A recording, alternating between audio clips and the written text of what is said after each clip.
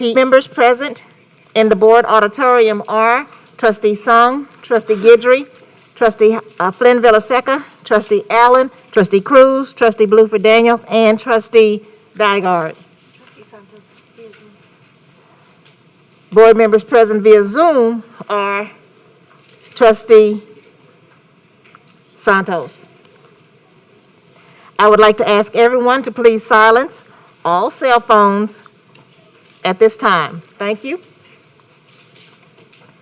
First, our recognitions for Hispanic Heritage Month. I would like to ask Trustee Flynn Villaseca to read our recognition in honor of Hispanic Heritage Month.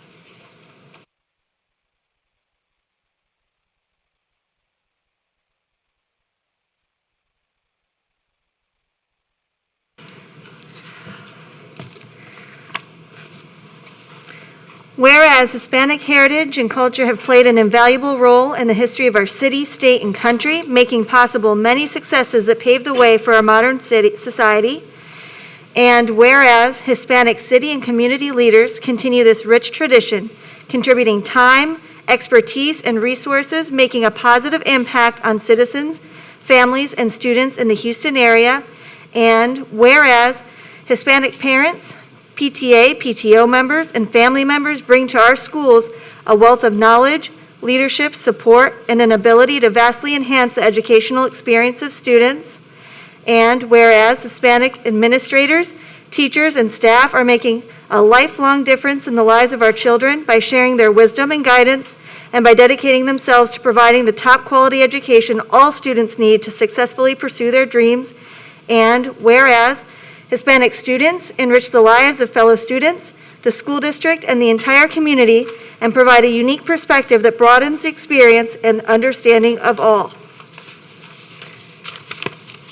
Now, therefore, we, the Board of Education and the Superintendent of Schools of the Houston Independent School District, do hereby proclaim September 15th to October 15th, 2021, Hispanic Heritage Month and HISD, and we encourage all to celebrate the rich tradition of the Hispanic culture and witness thereof on this 9th day of September 2021. Thank you. And now we will have a word from our superintendent, Mr. House.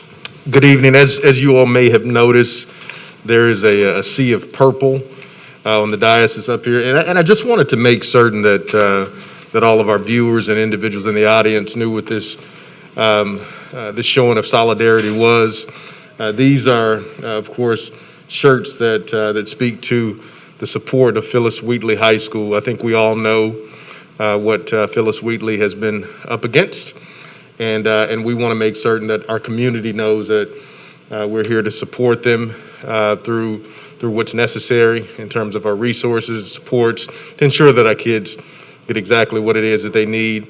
And we stand behind them as a team of 10 and look forward to having this conversation again towards the end of the school year to see the kind of progress that Phyllis Wheatley will make. But just wanted to make certain that folks knew exactly what the Purple Sea in front of you was all about. Our next event is hearing of the community by students. Please note that we are conducting our hearing of the community in two parts in order to prioritize our students who have signed up to speak. Since the Houston Independent School District has reopened its board auditorium and meetings are now open to the public, any speaker wishing to address the board must attend meetings in person to read their comments. For tonight's board meeting, only those who have registered with the board service office by 9:30 a.m. today may speak this evening. Should any registered speaker wish to distribute handout materials to the board, the materials must have been provided to board services by 9:30 a.m. today. We have 3 student speakers who have registered for the hearing of the community this evening. Comments shall be limited to 2 minutes each so that each person who has signed up to speak can be heard by the board. We ask that there be no disruptions of the meeting by members of the audience, no abusive statements or actions, no threats or confrontation, no audible expressions by the audience of approval or disapproval. We ask that you please speak directly into the microphone. The clock on the wall to your right and on the podium will count down your time and will signal when your time is up. I ask that you please respect our procedures and the other speakers and end your remarks promptly when the time has expired. Will Jasmine Alvarez please come to the podium? We've been joined by trustee Hernandez. We've been joined by trustee Hernandez. We have also been joined by trustee Hernandez. Thank you. Yes, Jasmine. Does my time start now? Okay, great. Good evening, board. It's great to meet you all in person. I'm sure you've heard a lot of emails from me, so hi. My name is Jasmine Alvarez. I am a senior at Eastwood Academy High School and leader in HIC Student Congress. Alongside me are Heidi and Nicole, who will be here shortly. Heidi's right there. So it's nice to meet all of you in person. I would like to say, first off, that I am here as an advocate for those who cannot be today in our in-person meeting today. I'd like to first say that there should be a virtual option for the hearing of the community and speakers to agenda items. There are over 2,500 students, 48,000 parents, over 20 teachers and staff within the entire HISD districts. However, many students do not have the reliable transportation to attend these in-person meetings held on school nights. Majority of us are from low-income communities that require us to work to help our families, which is a struggle in itself. Also, our teachers simply don't have the time to commute to Hattie Mae White. It's very far from where I'm at, which is Eastwood Academy, which I had to commute 45 minutes, but it's been an honor, and I would do it again if I have to.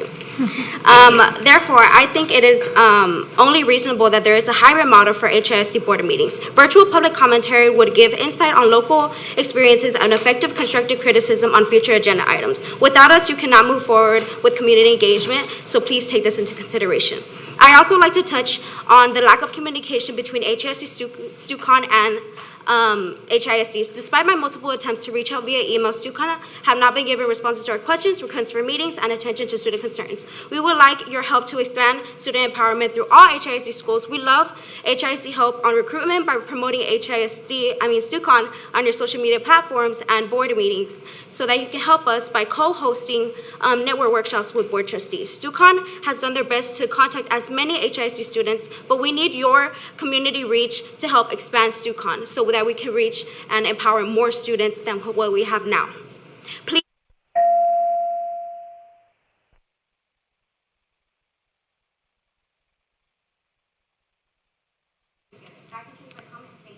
Thank you. Nicole Sante-Uste.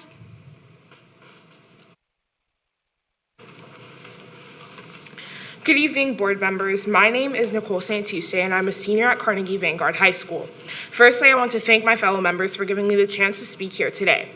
These board meetings are held as a tool for students to speak up about our problems that we're facing in our schools, whether that be lack of precautionary measures against COVID in school, sexist uniform changes in HISD, or LGBTQ student problems. By restricting the hearing of the community to just in person, you are silencing those students across HISD that do not have the luxury of coming in person. I plead with the board members and Superintendent House to allow there to be virtual hearings for students. Today, I will be talking about the college readiness gap between schools. The college readiness gap is more than students being academically unprepared. It's about the lack of knowledge behind it. There's a large disconnect of education about college between students and HISD. Not all students have been hearing about college their whole lives. Not all students have access to resources like Emerge or QuestBridge. These are privileges. Knowledge about options about college should never be a privilege. In order to fight the college readiness gap in HISD, we need to focus on the implementation of a uniform curriculum so that no matter what school a student is attending, they're not at a disadvantage. Quality career and college readiness counselors should be in every school and fully accessible to all students. A student's success should not be limited by what they're not provided with. All students deserve a fair chance. Thank you. Heidi Chapin. Good evening, board members. My name is Heidi Chapin, and I'm a junior at the Houston Academy for International Studies and a leadership member of HISD Student Congress. Firstly, I want to say I urge the board to allow for in-call speeches because the people most deserving of speaking at these meetings, such as teachers and parents and students, don't always have the time or resources to spend upwards of 5 hours here just to get 2 minutes to speak. I'm also a college student and I have college classes in the morning, and I shouldn't have to sacrifice my education for a few minutes to voice my opinion. Now today there is so much I could talk about, but I want to focus on the dress code in schools. Across the districts, dress codes are inconsistent and specifically impact female students. Even in schools that do not have uniforms, we still see extreme sexism in dress codes. Female students are taken out of class and lose instructional time to be told that their outfit is distracting and that their education is less important than their male counterparts. Schools and administrators should be focused on making their students feel safe and comfortable, not judged or harassed. In addition to that, many of the top schools in HISD do not have any regulation on dress code, which means that their students are able to focus on their work instead of what they're wearing. School dress codes are inherently sexist, and the execution of these dress codes put blame onto female students for what they wear rather than valuing their education. Thank you.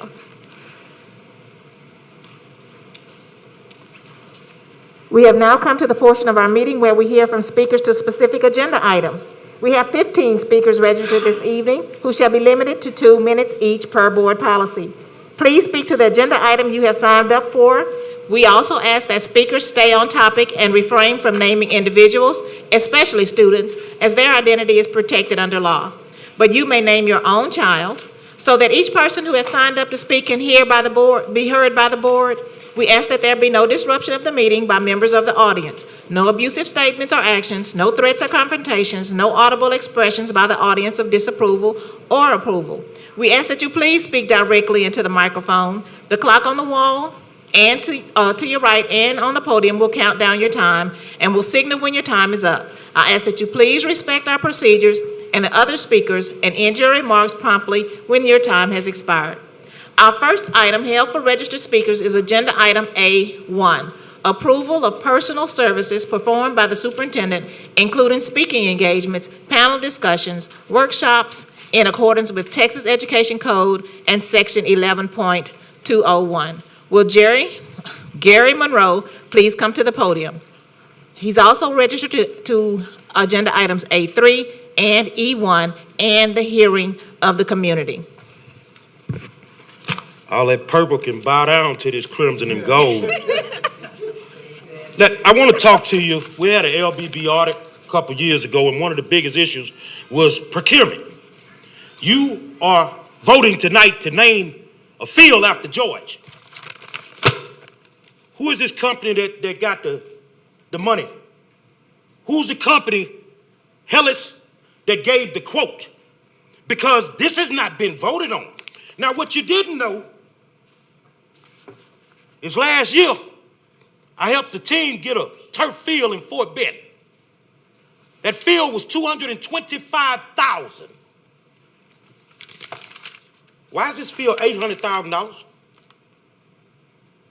I sent you an email today, but I purposely did not put the attachments when I signed up because I want you to make a mistake. I need some publicity right now. I need you to make a mistake tonight and not read that email while you're sitting there. Because there's some very interesting stuff in that email. This consortium of people, they never sent that survey out to us. It's 7,000 of us in a Facebook group. You got 450 on the survey? I can get 3,000 on a party. They've been lying since day one. They lied to the Texans. They cut the deal behind the scenes. And now you want these Yates Lions to bow down? Don't matter what you vote tonight. It ain't gonna be that name when it's all said and done. Don't disrespect my legacy. Will Andy Canales please come to the podium? He's speaking on agenda A2, acceptance of board monitoring update, presentation of constraints 1 and 4. Oh, I'm sorry. Okay. I'm sorry, Mr. Canales. I missed Boo Lee. He's also speaking for A3 sure. And E1. My apologies. Boo Lee.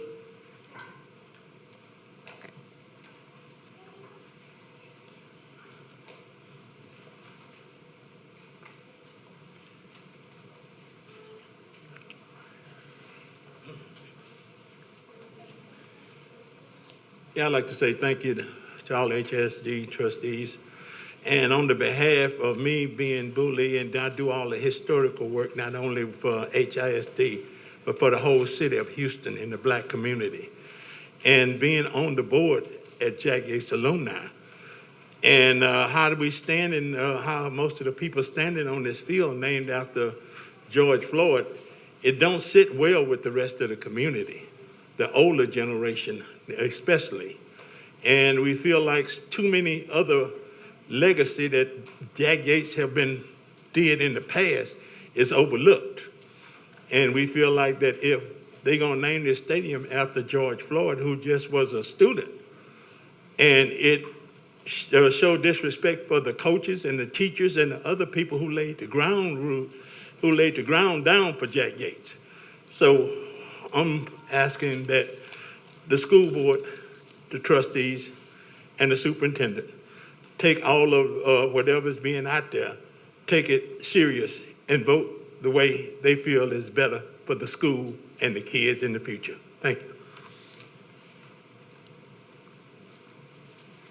Now for our next upheld for registered speakers is agenda item A2, acceptance of board monitoring update, presentation of constraints 1 and 4, progress measures 1, 2, and 3.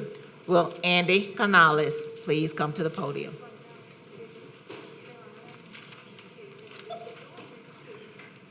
Good evening. My name is Andy Canales. I'm a Houstonian and the Executive Director of Latinos for Education.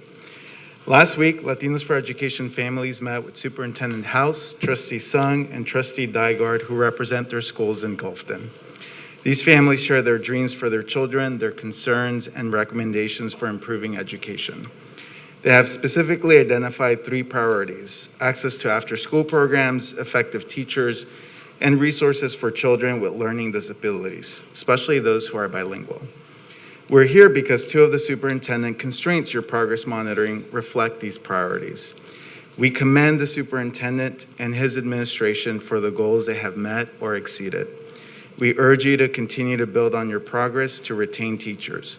We deeply care about constraint 1. The superintendent will not allow the district to operate without a system to recruit and employ strong teachers who meet the needs of students needing the most support. We're concerned the district has not met progress around constraint progress measure 1.1, students receiving special ed services served by strong special ed teachers. We are eager to hear the plan for addressing this. Constraint 4 is also very important. The superintendent will not allow the district to operate without students receiving special ed services meeting IEP progress. Many of our families have expressed concern about how their children with learning disabilities are being treated. Our families understand how important special ed services are to the success of a child. We want the most progress as possible in how students are receiving special education services and meeting IEP progress. Establishing goals and maintaining documentation is the minimum. We look forward to monitoring closely how the district plans to improve performance on these constraint measures for the benefit of all students in HISD. Thank you for your time and consideration. Thank you. Sandra Rodriguez. Buenas tardes. My name is Sandra Rodriguez. I'm the Director of Advocacy at Latinos for Education. I'm also a product of HISD schools and a proud parent of a senior at an HISD school. Last week, Superintendent House and Trustees Sung and Dygard met with Gulfton families of Familias Latinas por la Educación, Latino families in education. Families shared challenges affecting their child's education, recommendations to improve educational outcomes, and the top 3 issues important to them. I missed it that night, so sorry about that. Our families stand for access to programs outside of school hours that support the critical social, emotional, cognitive, and academic development of children, access to resources for children with learning disabilities, especially early on, access to effective teachers, as a teacher can make a difference in a child's development. As a follow-up to the meeting, we want to remind the superintendent and board of the following board constraints for the superintendent, which align with our Spanish-speaking families' priorities. Constraint 1, the superintendent will not allow the district to operate without a system to recruit or employ strong teachers who meet the needs of students needing the most support. Our families understand how crucial effective teachers are in the child's development. We need our best teachers for our neediest populations. I've seen the difference between a strong teacher and an ineffective teacher. Constraint 4, the superintendent will not allow the district to operate without students receiving special education services meeting IEP progress. Our families understand how special education services are to the success of a child. Establishing goals and maintaining documentation is the minimum. We want the most progress as possible on how students are receiving special education services and meeting IEP progress. Today, we are joined by families who will share their perspective on constraints 1 and 4. Thank you for your time. Thank you. Vidales Flores. Muy buenas tardes a todos aquí presentes. Good afternoon to everybody here present today. Mi nombre es Guidalis Flores. My name is Vidalis Flores. Tengo un hijo en el distrito que asiste a la escuela Benavides Elementary. I have a child that is in the district that attends Benavides Elementary. Y estoy aquí por uno de los temas que hablamos la semana pasada con el señor Miller. And I'm here to talk about one of the items that we spoke with Mr. Miller House Ahí sus videocomisarios. and the different representatives that were there. Estoy aquí porque necesitamos maestros efectivos I am here because we need effective teachers y apoyo a los niños con necesidades especiales, and to support the special ed children. ya que tengo un niño y he vivido en carne propia I have a child and I have lived it through my own experience. lo que se siente que un hijo con necesidad especial sea rechazado en la escuela, How it feels to have a kid with special needs that is rejected at school. no tener el apoyo como padre en mi propio idioma, Not to have the support as a parent in my own language.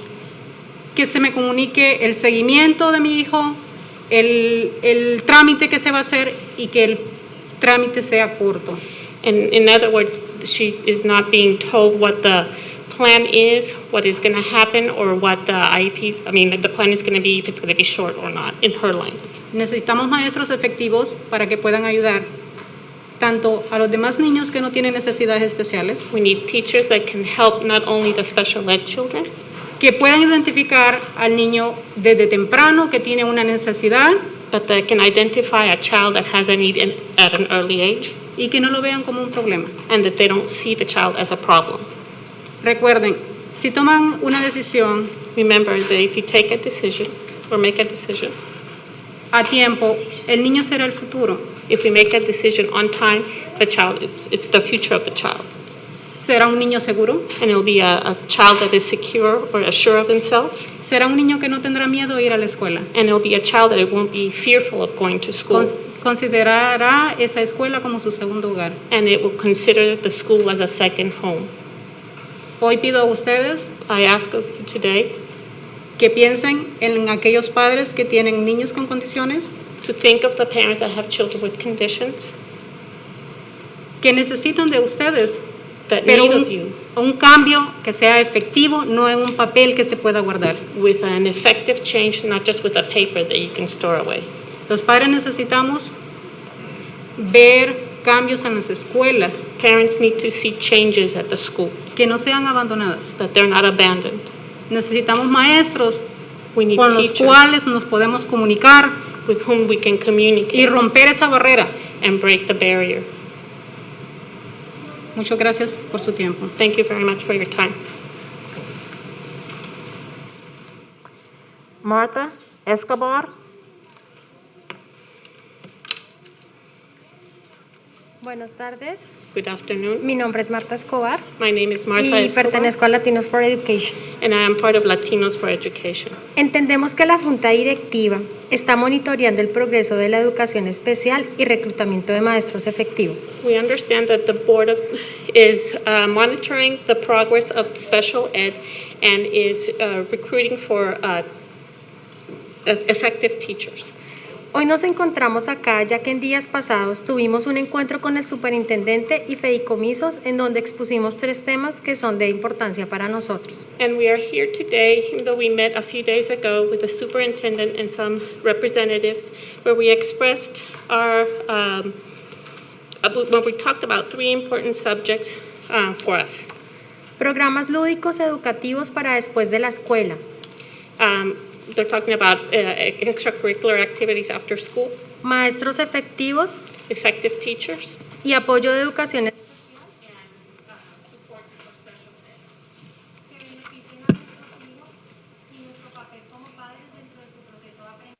that help our children and us as parents in their, como padres, during their, how they process their learning process. Para mí es muy importante ver que hay disposición e interés por mejorar cada vez más las condiciones para nuestros hijos. For me, it's very important to see that there's disposition and there's interest in making things better, conditions better for our children. Por tener personal calificado para nuestras escuelas, pero lo más importante, To have qualified personnel in our schools, but the most important thing dentro del proceso de reclutamiento de maestros efectivos, during the process of recruiting effective teachers, es también contar con maestros afectivos, it's also important to have teachers that show affection, con empatía y amor, empathy and love para ayudarnos a educar a nuestros hijos, to help us educate our children, para relacionarse con nosotros como padres, and that know how to relate with us, the parents, para entender y conocer to understand and learn a las familias latinas the Hispanic families, y estar siempre and be always con la mejor actitud y disposición with the best attitude and disposition para atender nuestras inquietudes y sugerencias. to take care of our the questions that they might have or their suggestions, Que asimismo sea el trato hacia todos los niños and that the treatment is the same for all children, y entender que cada uno es diferente. and that they understand that each child is different. Trae consigo conocimientos propios de su familia, To bring with themselves knowledge about their own families, que poseen una individualidad que los hace únicos that they possess an individuality that makes them unique, y que por tal razón su proceso de aprendizaje va a su propio ritmo. and for that reason, their process of learning goes at their own rhythm. Esto hace que los niños sean especiales This makes the children special, y necesitan maestros que los eduquen con amor y empatía and they need teachers that educate them with love and empathy, para que nuestros niños se enamoren de su escuela, so that our children fall in love with their school, quieran estar allá, that they want to be there, aprender nuevas cosas learn new things. y para que nosotros como padres And for us parents, sintamos esa seguridad de llevarlos That we- desde muy temprana edad. that we feel that security of taking them at a very early age. Gracias. Thank you.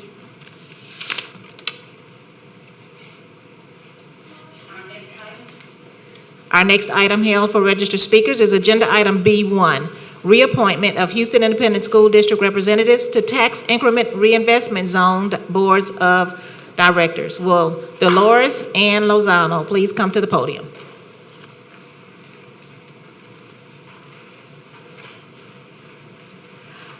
Our next item for registered speakers is Agenda Item E1, approval of the recommendation of the naming committee at Jack Yates High School for the naming of the Yates Field. Will Helen Stagg please come to the podium?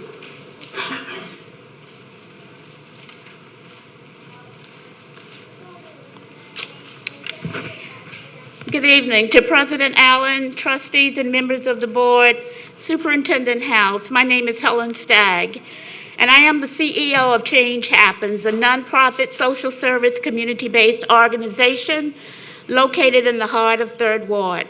For 31 years, Change Happens has provided services to address the needs of marginalized and disadvantaged communities throughout Houston, and as well as 59 other counties in Texas. I am here to ask that the board support the recommendation made by the naming committee, the students, residents, and other stakeholders to name the Yates Field the George Perry Floyd Jr. Athletic Community Field for the following reasons. Like many young boys and young men of color attending Yates High School today, George Floyd knew well the struggles that come with dreams deferred, hopes dashed, and the brokenness of possibilities denied. Naming of the field after him reminds us all of that humanity. It symbolizes the humanity and the potential that we have to create a better world. The naming encourages opportunities for students to become engaged in real-world opportunities that transcend the classroom walls. They can see the relevance of their classroom studies to complex issues, confronting their community and our world, and be motivated to acquire the skills that they'll need to be creative problem solvers and powerful advocates. Lastly, it is a name of national and local significance that will attract resources to not only improve the infrastructure there at Yates, but will have a residual effect for all of the schools located in the Third Ward community. Furthermore, it spurs economic development of the greater Third Ward community, and that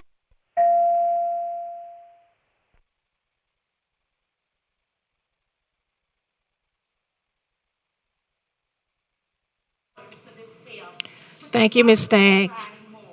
Thank you. Thank you, Ms. Stagg. Dr. Pamela Bovelin.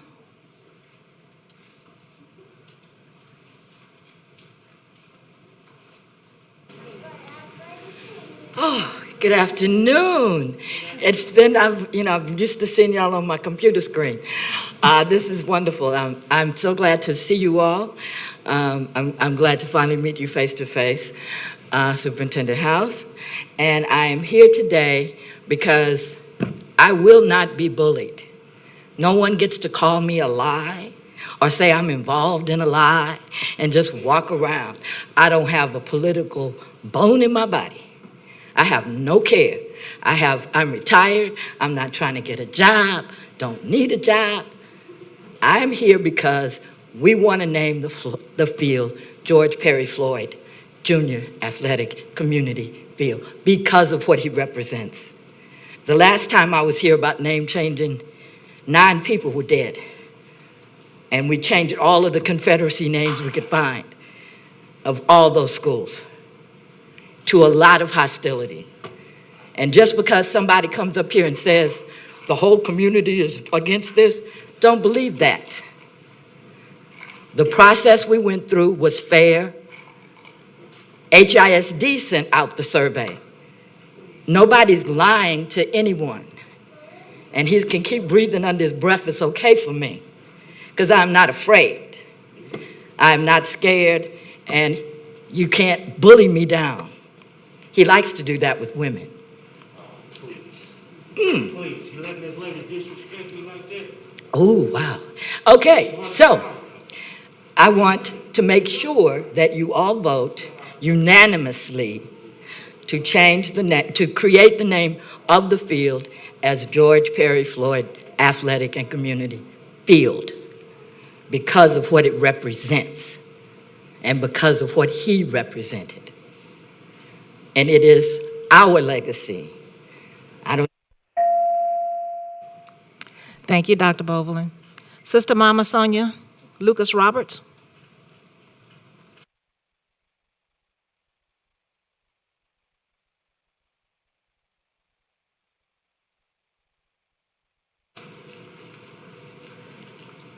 Greetings to you all. I come to you today to ask, implore, request that the football field at Jack Yates be named the George Perry Floyd Athletic Community Field. Not to take anything away from the coaches or alumni players, I feel it is befitting that the field be named as such. It is also the will of the community to name it after our alumni, George Perry Floyd, and what he stood for. A shining example of what can happen when you from the tray. And as I have said to you before, please rename Delmar Stadium, who is currently named after the self-proclaimed segregationist HISD trustee James Delmar. Our students need not play under such a cloud. I suggest, as I have so many times over the last few years, why not name it the Pat Patterson Athletic Stadium? And someone asked last time, you gonna sing? Okay. Protect us, don't harm us, lift us up, keep fighting for us. I hope y'all really care about us. Thank you.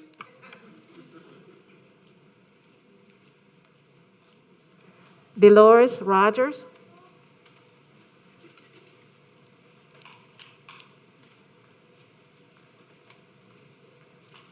Greetings. Thank you for the opportunity, trustees, for me to speak on behalf of renaming the field George Perry Floyd Jr. athletic community field. I'd like to express my support for it. The tragic death of George Floyd has elevated the fight for social justice in our community and the world. We believe this designation will help the community and students in Third Ward process the tragedy and its importance to the worldwide social justice movement sparked by his death. Many of our students have been exposed to violence firsthand. This is a symbol in the community of Third Ward and the CUNY homes that Black lives do matter, no matter who you are. And even if you're just a student, your lives matter. And I speak as a member of the Jack Yates National Alumni Board and the Emancipation Economic Development Council that does work in Third Ward, and we believe this designation is very important to the community. Thank you. Quentin Smith.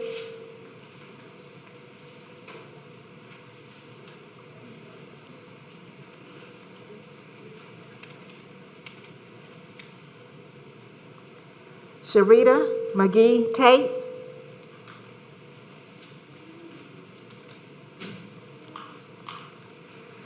Our next item is item B1, Dolores Ann Lozano.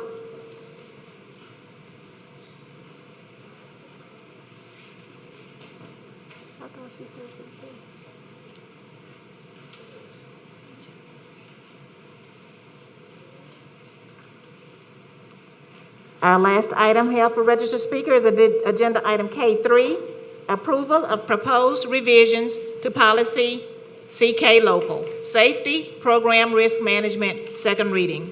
Will Ashley Madre Jr. please come to the podium?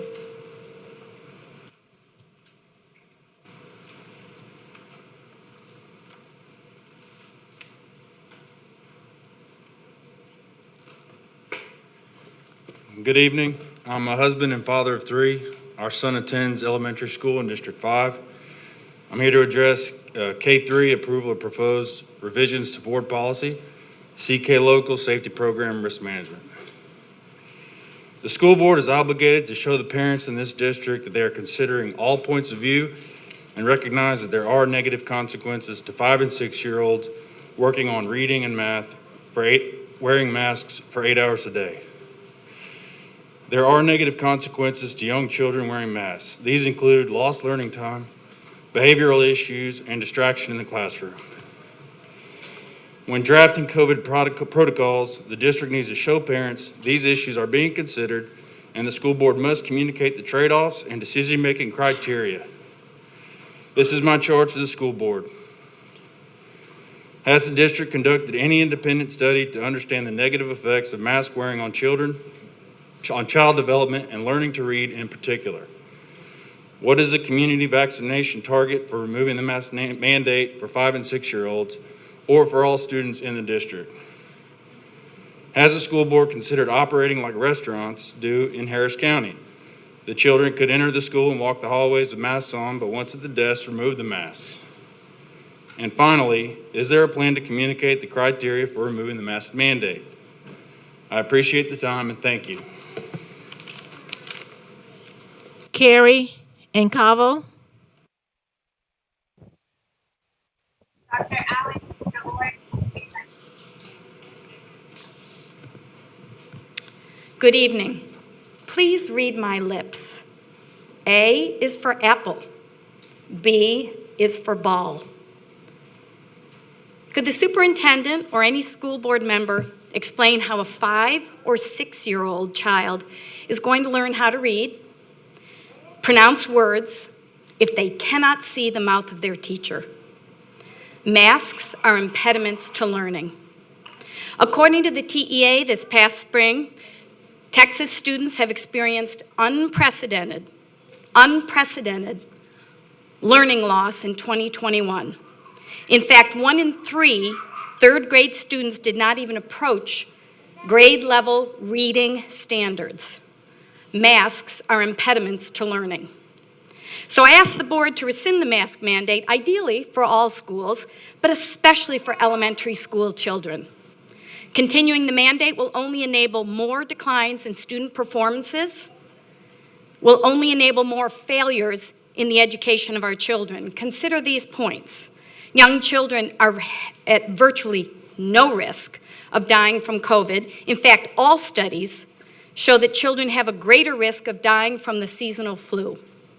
The social and emotional impacts on children are significant, and studies are just now detailing the unhealthy influence that masking and social distancing have on children.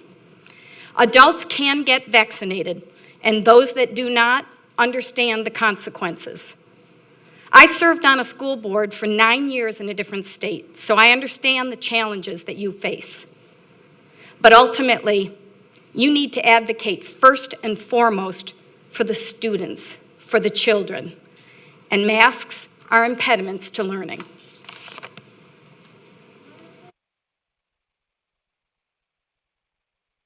Dolores Lozano.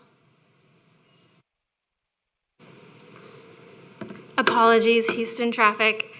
My name is Dolores Lozano. I'm an educational advocate and leadership ISD fellow, here today to speak on agenda item B1, reappointment of Houston ISD representatives to the TERS Board of Directors. I call on the board moving forward to establish some criteria to ensure that HISD TERS appointees adequately represent and have equitable education in mind for the whole region. And I think it's important to recognize and consider how much term limits promote new ideas and innovation. Considering the Midtown Redevelopment Authority's refusal to engage a coalition of several Black and brown residents and students, how specifically can you ensure you engage the most minoritized residents when they show up consistently? I'd like to see how appointees and reappointees have made TERS expenditures more equitable. Uptown TERS has had high MWBE participation over the last 5 years, with 46% of contracts going to MWBE classified contractors. However, low single digit or none of those contractors were Black or Hispanic, and only 2% of those were women. Most of the participation is from, oops, sorry, I lost my place. I really think that it's important to point out for a school board that's serving mostly Black and Hispanic students to really consider equity in mind moving forward. I'm curious to know if there are any affirmative policies that these reappointees developed as on their prospective TERS boards to equitably deploy the massive tax increment, which has almost speculated in one of the reappointees' times on the board. Equity is key in everything that we do in education, local government, and beyond. Thank you so much for the opportunity to speak today. This concludes my comment. This concludes our registered speakers for agenda items. We're now ready to consider items discussed in executive session. Are there any motions?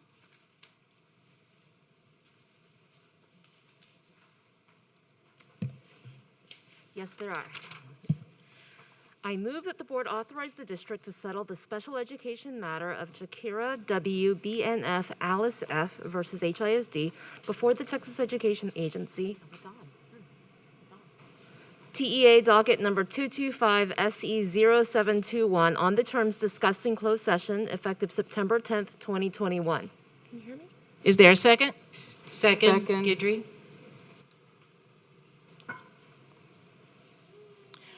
We have a motion by Trustee Sung and a second by Trustee Guidry. Please vote.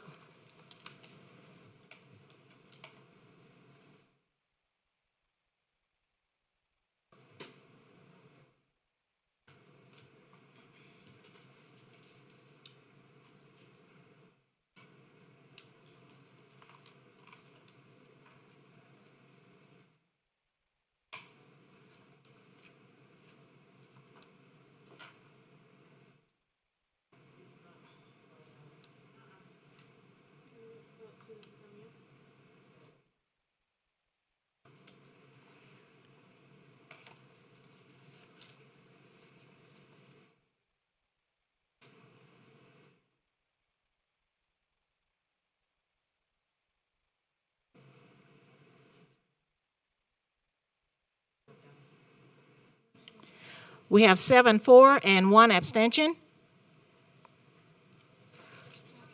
I move that the board authorize the district to settle the special education matter of Olivia B., BNF, Kelly F. versus HISD before the Texas Education Agency, TEA docket number 103 SE 0221, on the terms discussed in closed session, effective September 10th, 2021. Is there a second? Second, Cruz. We have a motion by trustee Song and a second by trustee Cruz. Please vote.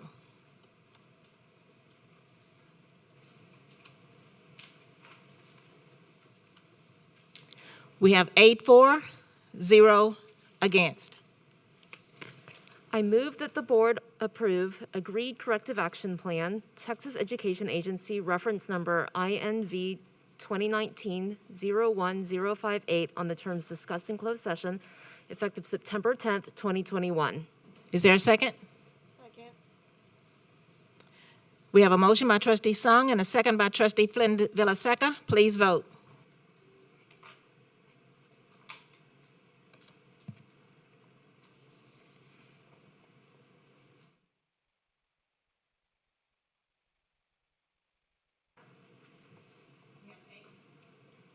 We have 8 for, 0 against. I move that the board approve the closed session personnel agenda, including specifically that the board approve separation and release agreements as discussed in closed session, effective September 10th, 2021. Do I have a second? Second. We have a motion by trustee Song and a second by trustee Flynn Villaseca. Please vote.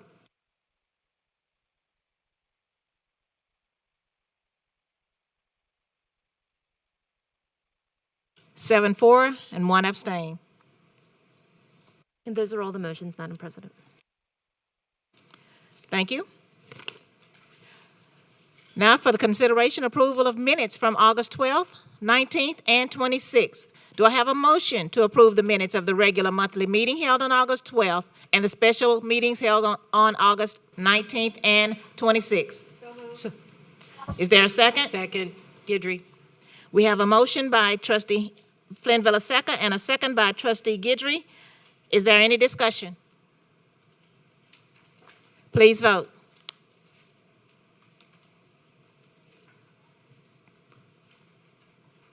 Eight for, 0 against.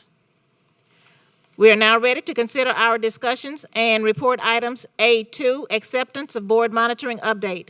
Presentation of constraints 1 and 4, progress measures 1, 2, and 3. Superintendent's House, we are ready for your update. Colleagues, please hold your questions until the presentation is complete.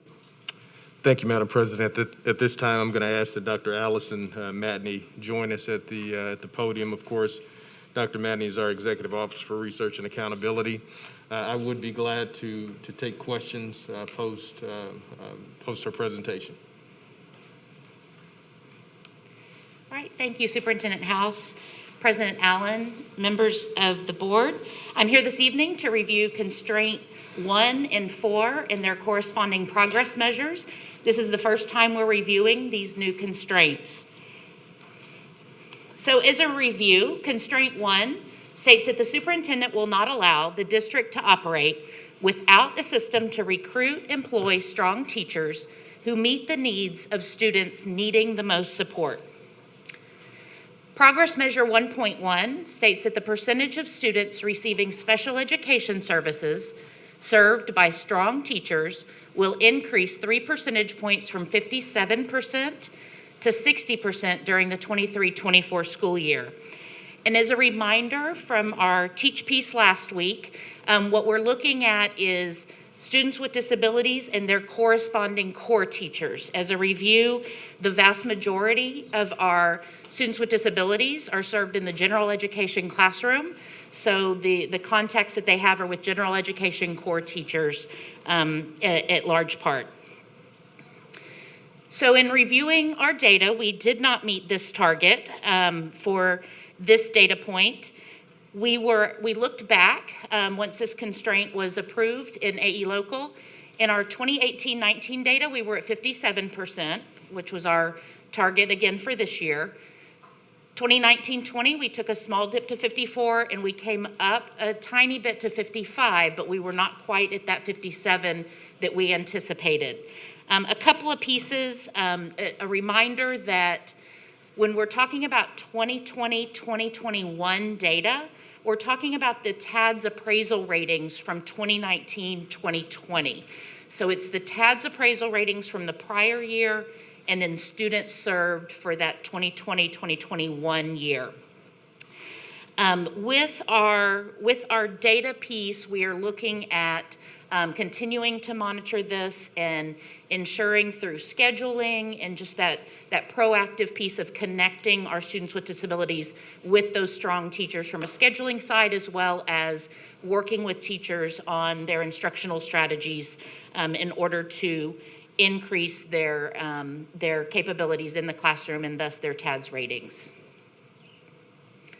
For 1.3, and as a reminder, 1.2 was not approved last week, so that's why you have a gap in numbers. We did not renumber them. We kept it in alignment with AE Local, so that's why we went straight to 1.3. The gap in retention rates of newly recruited teachers between identified campuses and other HISD campuses will decrease 6 percentage points from 20% to 14% during 23-24 school year. So as this is a new data set, I want to orient you to what each of the colors and lines are. Our red line on top are the non-identified campuses. So they're all of the campuses other than the 25 identified campuses. And that is our retention rate, our percent of retention rate at those campuses for the last 3 years. Our blue line is our retention rate for our identified campuses. So you can see that great increase from 46% retention rate to 57 in the 2021 school year for our identified campuses, resulting in that gap that we're talking about and is part of our target to go from a 20-point gap down to a 10-point gap for the 2021 school year. So one of the conversations that we had internally is it under discussion to actually reformat the numbers and the targets for this specific constraint progress measure? And given that we are looking at this group of 25 campuses over time, we want to look at every year independently because they have a new group of newly recruited teachers every year. So we want to retain this new group of newly recruited teachers. So the 2020-2021 group, that's the gap of 10 percentage points, is going to be a different group when we report out next year. So we want to ensure that we're below that line every year. And knowing that it's a different group, we've got a national teacher shortage that we're swimming uphill with, as well as COVID impact. We want to make sure that we are keeping that number below that line, but we're excited about the gap lowering to 10 points this past year. Moving on to constraint 4, the superintendent will not allow the district to operate without students receiving special education services meeting individualized education program progress. So when we look at 4.1, that is the percentage of students with up-to-date IEP progress recorded every 6 weeks in the IEP system will increase from 0% in 1920 to 100% during the 23-24 school year. So when we look at 1920, we've had this conversation before, but just a reminder, this was not that we didn't have students making progress, we just didn't have them centrally tracked. So we have our 0% in 1920 because we didn't have that centrally documented process. We started implementing the process last year, working with Easy IEP. They made upgrades to the system. It was a little bit easier to pull that data out of the system. We had to work on 2 pieces in order to start off on this new process. One is implementing tracking the data centrally, and then also the meeting the IEP progress. So our Office of Special Education Services came at it at 2 different vantage points. One was making sure campuses knew how to track, what the system looked like, what their data entry looked like. But then the other is the much more important piece of ensuring that students are actually meeting those IEP progress measures. So are we writing appropriate goals? Are we making sure that we have the right supports, the right accommodations in place for students so that they can meet IEP progress. So although we did not meet the target this year, we're at 29 percentage points. That momentum is there, and those supports will continue to happen through the weekly reports that are sent out to principals, assistant superintendents, department chairs, to ensure that their tracking is first and foremost, and that they are using the most current data in order to adjust their practices. Measure 4.2, the percent of audited IEPs showing standards-based goals shall increase from 0% during 1920 to 100% during 23-24. Again, that 0% is because this was a brand new process that was put in place last year, the 2021 school year. TEA requires that we audit 1% of our IEPs and our folders. We actually audited 5% last year. So out of the 646 folders that were audited, 169 were found to have areas of concern. So we fell short of the 100 where we want to be in 23-24, but we are above the 70 that was the target set for this year. 4.3, the percentage of students demonstrating measurable progress for all IEP goals will increase from 0 during 1920 to 75% during the 23-24 school year. And if you'll recall, this is the example that I talked through last week, the very complex chart with the student with each individual goal, and we walked through what it looked like for each 6 weeks. So we were at 0 for 1920 because we did not have it centrally documented, and we did say that we did not meet the target again this year. Easy IEP is still helping us make some enhancements. So although we made great strides in making sure that students were demonstrating progress, we're still not where we want to be with centrally documenting everything and it being able to be pulled out in an easy, digestible way for campuses to use and improve their practices. And that concludes the review presentation.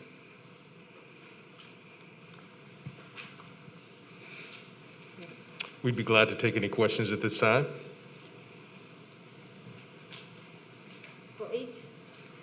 For each item of discussion, we will do 2 rounds of 2 minutes each.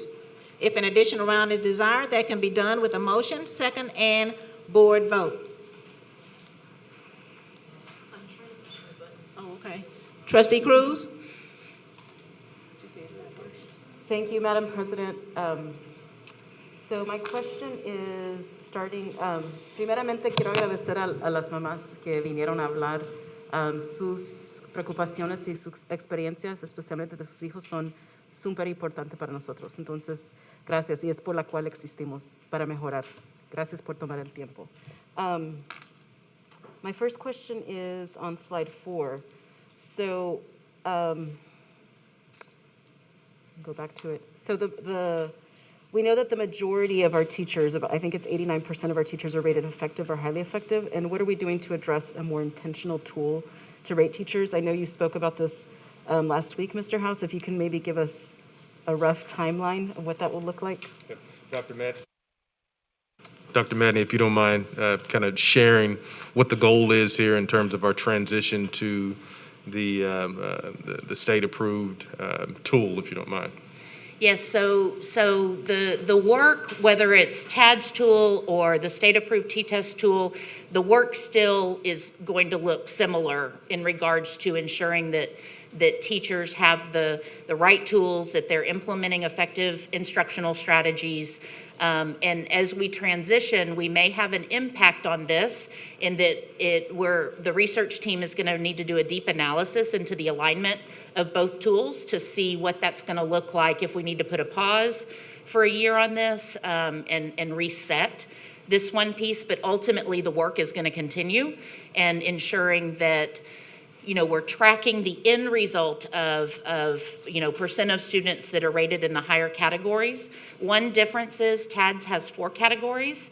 T-test actually has 5. So there's a little more specificity at that higher end for us to be able to look at how we can include that in a little different way. I know originally when we set this constraint, we had that conversation of, do we just look at highly effective or do we look at both combined? And so I think we're going to have a little bit of leeway with that as we transition to that tool as well.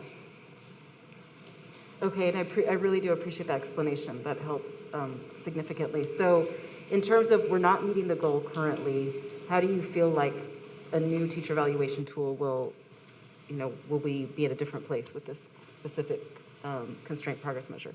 So indicated earlier, with this tool that we'll be moving towards will really give us an opportunity to do two things. It's not just about identifying the highest and the poorest performers.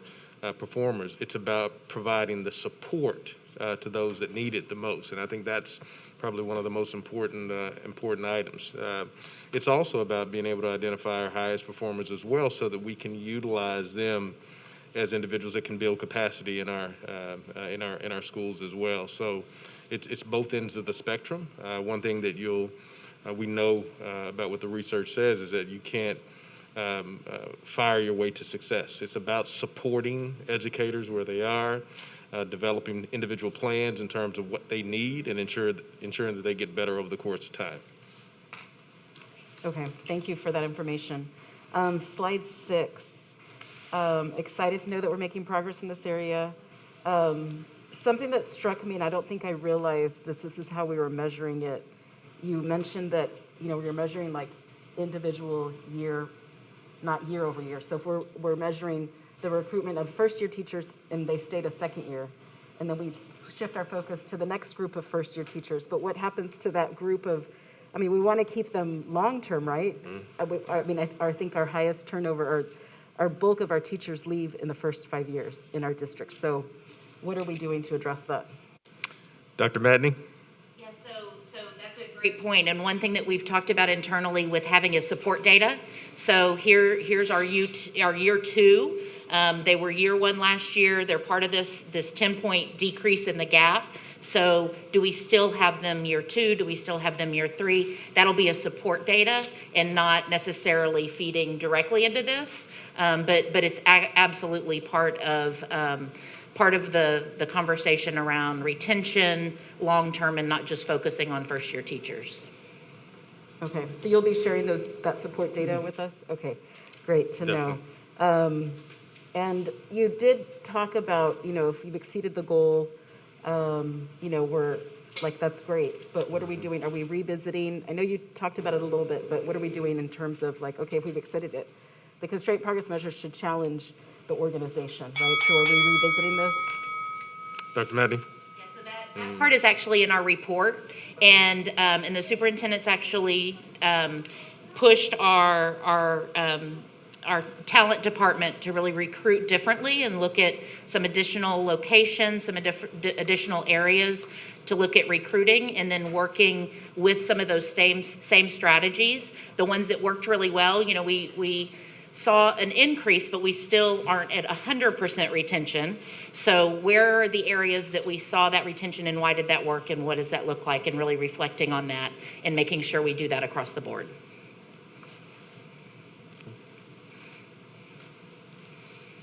Trustee Flynn Villaseka.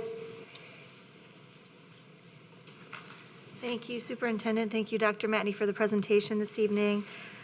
Just a few questions. Would we be able to see in the future performance breakdowns across each of the selected campuses or the identified campuses for the report? Be glad to do so. Okay. Yep. I think it would be helpful for us to, it is a smaller group subset, so for us to be able to look at trends in a more granular way would be help. We'll make certain to do so. Thank you. And I know that the actual constraint is specific to the identified campuses. That being said, I would be curious to see how we trend across the entire district as well. That would probably be a referral, or however you would like to share that information with the board. But I appreciate it, but it is a small percentage of all of the campuses that we do have across the district. So that would just be a request as well. Okay, we can definitely put that in as a referral and get the data. Thank you. Superintendent House, if I may, that's that red line Trustee Vilseca, it's not by campus, like what you talked about, but that red line is all the other campuses in the aggregate. Yeah, so like, I know even though so a scatter plot, given the number of campuses that we have across districts, just at least put them in quartiles or help us understand sort of where there's some trends. It doesn't have to drill down maybe at that level, but for us to pick up on some additional pieces of information as far as how we're doing in that respect. We'll do so. And then, okay, on page 11, packet page 20, how many students are on an IEP currently? Dr. Maddy? I do not have that right in front of me.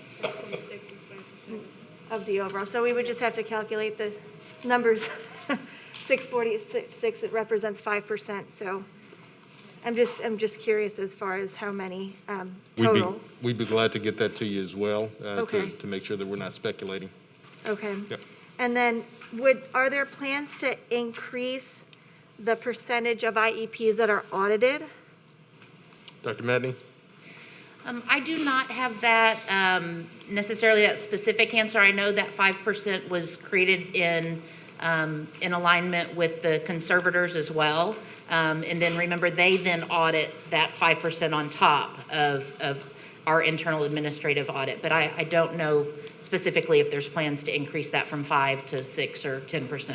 Okay, so there's currently a sort of a dual auditing process. We take a first look and the auditor or the conservators do a second glance at what is being audited internally? Okay. That's correct.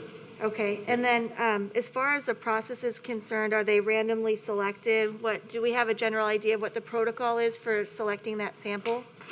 Dr. Madney, you can. So the team wanted to make sure that there was a cross-section from every geographic area, every level of campus, but from there, it's very random. We don't, they don't necessarily go in and select specific, they don't let campus staff, for example, say, pick these folders. They go in and it's random from there. But they wanted to make sure there was an equal cross-section across geographic areas and campus levels. Just wanted to make sure it's broad and representative of our overall, the data set that would be available. Okay, those are my questions right now. If I have any additional ones, I will enter in a referral. Thanks again. I know we have some work to do, but I know we're up to the task. Thank you. Trustee Sung? Thank you, Madam President. Thank you very much for this report. I know it was a quick turnaround from last week when we approved these metrics. Yo quiero dar gracias también a las madres y señores Canales también de Latinos por Educación. Mr. House, what we heard last week and again this week from the mothers who came to speak to us is that an important part of being a good teacher is that empathy and warmth, right? Making the school un segundo hogar, a second home for the child that they feel comfortable going to. So my question is, how does TADS or T-TEST help us to identify the teachers who are effective in bringing that warmth to their work with students? It's something you mentioned last week as well. Dr. Maddy, you want to share a little bit about the empathy? Yeah, so T-TEST actually has a whole domain dimension around that relationship piece and that connections piece. So it does get to that empathy, that relationship, the really connecting with students. Very good. And Mr. House, I really appreciate what you said about supporting our teachers and developing in all of those domains, and especially this one, as our families have highlighted. It's so important. Turning to constraint progress measure 1.3, that's page 5. I'm looking back at our Q&A from last month. I think that the trend line for this, next slide please, wasn't shared with us previously. You said you would get it to us when you have it. So I guess this is it. Now you have it. I'm a little surprised by the target being set at 14, right? So I understand completely what you're saying about the challenges of retaining this cohort. I think we're all feeling that right now with the challenges of retaining teachers. But talk me through more about why we're setting a target 4 years out that's where the gap is greater than we achieved from 2019-20 to 2020-21. I mean, if we got to 10% gap, then why wouldn't we aim for that again? Yeah, I think that's exactly the internal conversation we had. I think that is our goal, but understanding internally, we want the gap to be zero with both of those lines going up and mirroring each other. Knowing what the challenges are, especially with the teacher shortage, we want to make sure that we are supporting that 25 in a very focused way. But we also know that retention for 100% is not necessarily fully attainable all the time, and for many reasons. But when we look at the numbers, 67 for all campuses, the 57 for the campuses that are identified, and then you look at gap, those are really two different things. And what we want to make sure is that we're focused on moving the needle up while closing the gap. And so it's a conversation as we move from the 19 to 20. The strategies worked really well and really clicked with this past group of newly recruited teachers. But we need to make sure that as we continue to bring new teachers on, that those same strategies are working as well. So these targets can always be looked at and re-examined at how the trustees see fit, but our internal conversations where we really wanted to keep that in order to make sure we're looking at each individual cohort separately. Okay, so you're saying that even though, our target 5 years out is to have a bigger gap than we had between 1920 and 2021, it could still be ambitious if that blue line is going up. Yes. Okay. All right, I'll come back around next round. Thank you. Trustee Dygard? Thank you. Okay, so first on constraint 1, fortuitously, the Center for Reinventing Public Education sent a brief out today about special education learning during COVID. And I have some questions, so I'm pulling it back up. And they had 3 findings. And so I'm curious how HISD is responding or acting in these areas. So the first was general and special education teachers rarely collaborated on lesson plans. The second one was special educators were largely responsible for providing instructional support and communication with families, even in inclusive settings where students with and without disabilities are educated together. And the third one was few general educators received the training they needed to support students with disabilities in remote settings. These all seem to be findings that directly related to this progress measure 1.1. And I'm curious, in addition to the district's recruitment efforts for teachers and compensation efforts for our special educators, what other things of supports and professional development and whatnot are we doing to increase the effectiveness of the teachers and support them in that journey for kids? Dr. Matney, would you like to elaborate? Sure. So that has really been a focus in the academic world this last year, is really bringing in, whether it's a training that's held from elementary curriculum, whether it's a training held from the Office of Special Education Services, ensuring that alignment's there.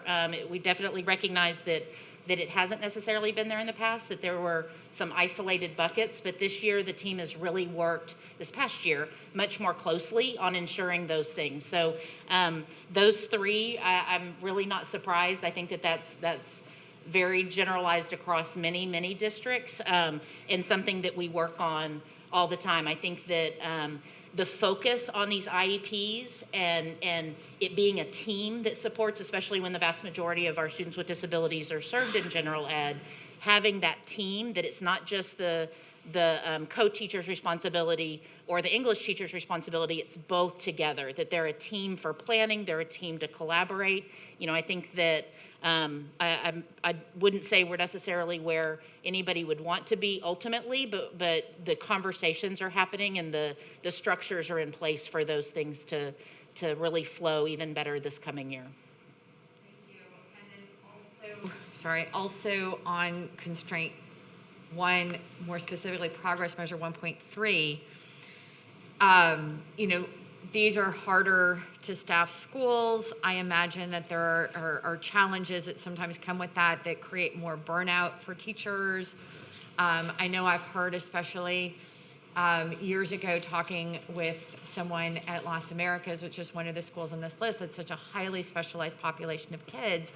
And sometimes the teachers want to have more professional growth in teaching math or some particular subject than maybe they can get on that campus. And so what things is the district doing specifically as it relates to 1.3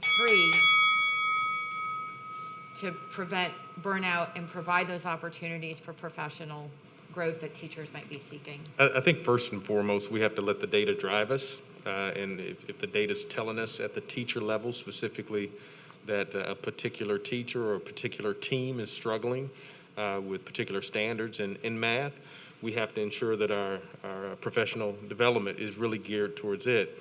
So PD sometimes Let me clarify. I didn't mean that they were struggling, like that the teacher wanted to become a stronger math teacher than maybe they could in that setting. So above and beyond the data is what you're speaking to.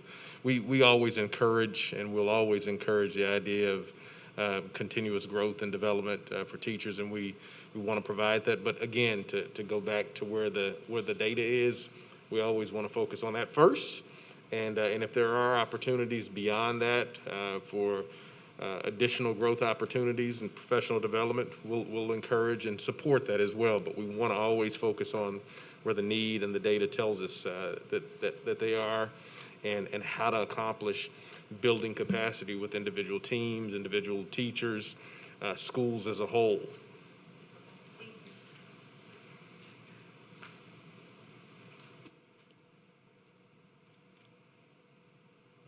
Trustee Hernandez? Thank you. Thank you, Dr. Matney, for the presentation. I'm going to start on page 4.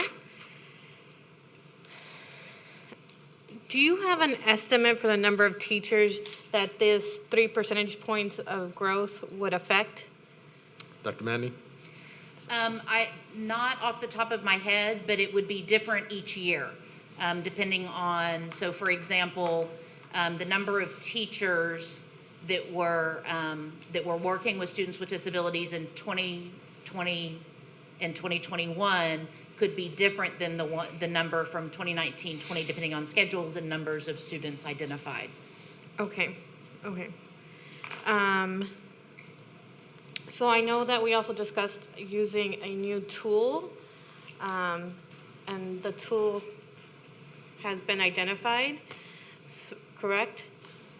Dr. Matty? Yeah, the state supported tool is TTES, Okay, and yes. the corresponding principal one is TPES. So for when we transition to using this new tool, is it going to be similar to this where it's only the top 2 that are included as strong teachers, or is it top 3? Dr. Manny? Yeah, I think that's up for discussion. I think that's something that we need to look at. I need to get the research team trained in it. I'm fortunate that in my former life, before I got here, I've had training, so I have lots of exposure around it, but I think that's something we need to look at and have those conversations just like here. We want to make sure that we are not, that we're assigning it appropriately and with the high expectations that the trustees have for it. Okay, thank you. And then I know that we did not do 1.2. However, I do want to know if you have the data around that and if we would have met the goal or not. Did Yes, you not do ma'am. it? We did have the data. We had to pull it out of the presentation because it wasn't formally adopted. I don't have it here in front of me, but we did pull it. Do you in know if we advance. met the goal or not? I don't remember that off the top of my head. I Okay. apologize. I would love to see that. And then moving on to page 6. I know that you spoke a little bit about strategies to retain teachers. Can you speak a little bit more about some of those strategies and what they are? Yep. And it may be a combination answer of not just with Dr. Madney, but it's also a combination of some things that I'll be bringing to you all as well. A couple things that have been fairly controversial over the years. We know we're not only struggle have had some struggle with the effectiveness of our tool, but also with the number of teachers. So it's kind of an HR answer as well. But Dr. Madden, I'll let you talk a little bit about it. But I will be bringing, another recommendation at some point to push the idea of more teachers and how we can accomplish that. Dr. Madden? Yeah, so in addition to what's listed in the report, the HR group really worked independently with each of these campuses on retention strategies and helped them with how that gets implemented and with different training pieces. So those are the pieces. It really is independent to each individual campus. Okay, good to know. And then I know that Trustee Cruz and Trustee Flem-Seca touched a little bit on this. There's 25 identified campuses, correct, for this constrained progress measure. So what happens if those, over the next few years, are not the top 25 anymore?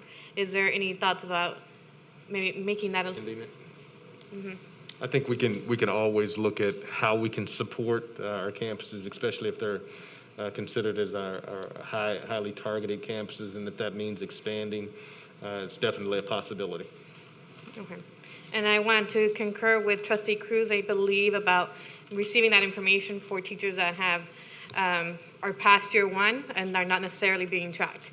And then my last question is on page 11.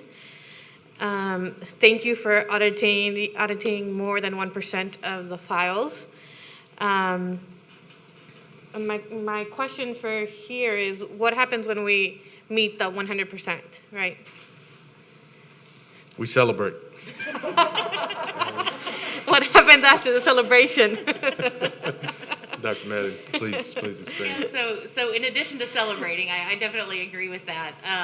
We don't stop. We continue because we want to make sure, because we get new students with disabilities every day, so we want to make sure that we continue to audit, that these practices that are put in place continue and don't just stop because of a conservator or because of a board constraint.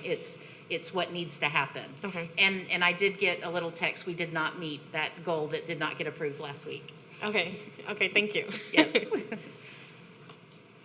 Trustee Santos?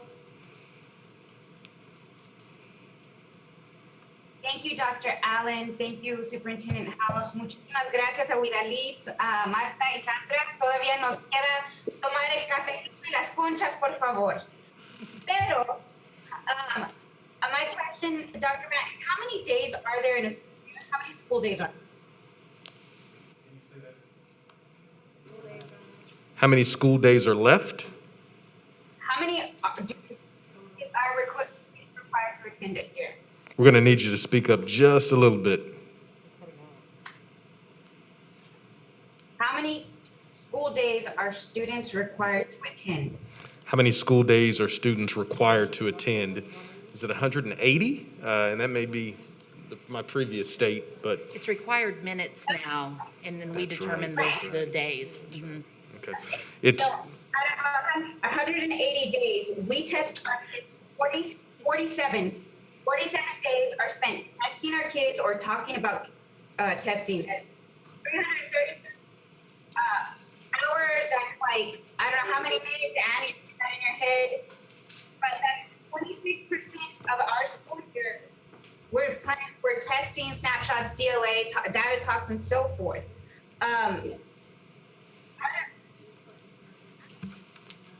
With the special education goal, how is this school, are they going to be, are our students with disabilities going to be shielded from all of this testing so that way our students can actually focus on instruction? We got about 50% of that, but we're going to try to turn your volume up just a little bit. You want to give us that information one more time, Trustee Santos? There are 47 days out of 180 that we spend testing our students or talking about the test. And I don't even think that includes STAR. That's over 333 hours over, it's just 26%. How are we going to protect our students with disabilities so that way our teachers can maximize instructional time? So it's a tough one, quite frankly. Dr. Maddy, do you want to expand on kind of the protection of our instructional time for especially our sped students, but also the balance of ensuring that we, meet the necessary requirements in terms of testing as well?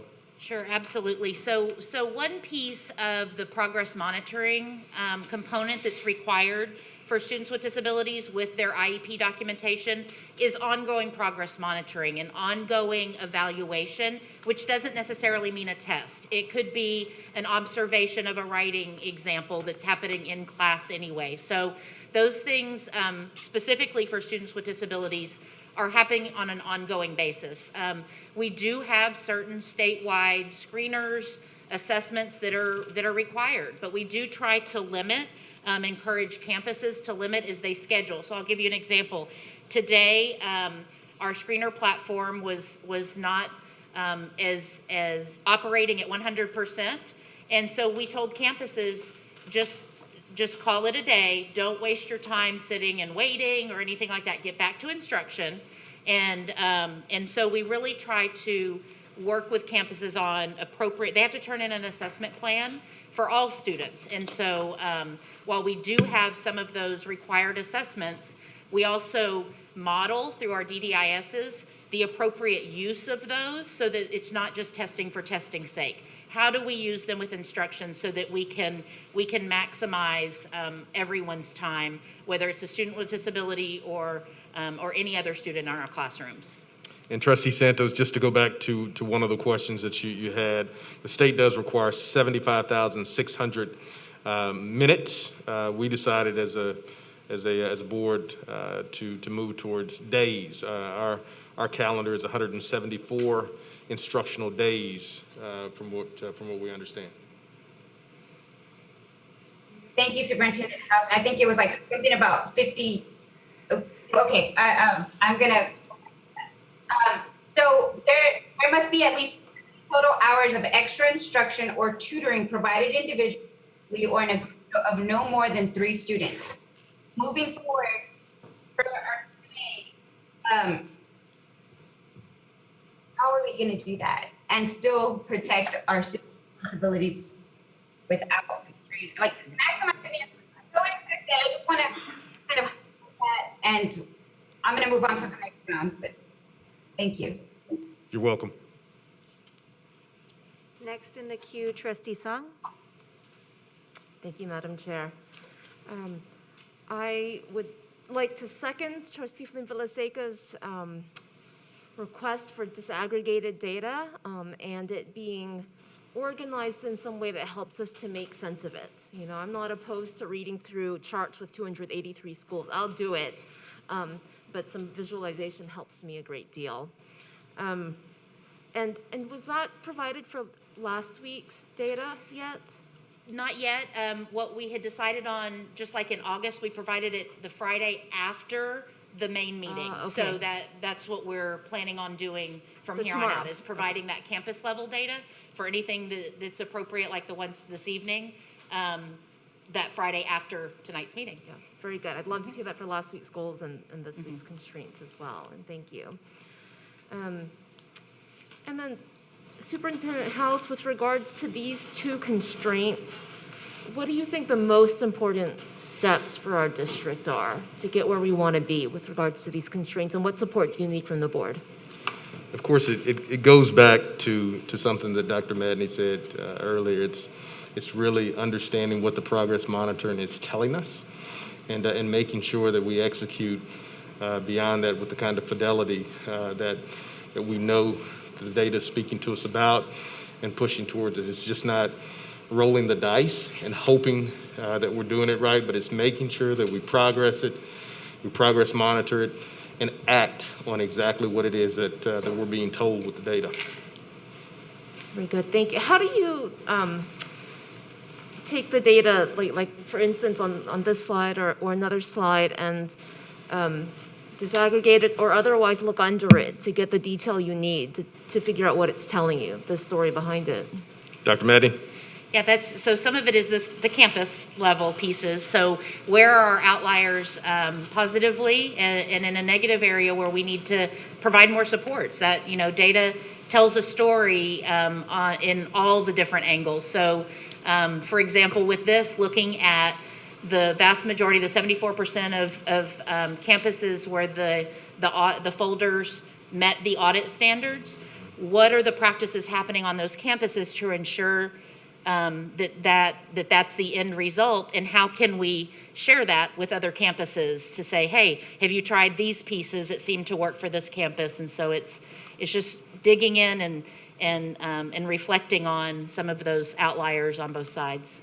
Got it. So are you finding here that the data's clumping in that way? You've got some campuses that are knocking it out of the park and then others that are struggling?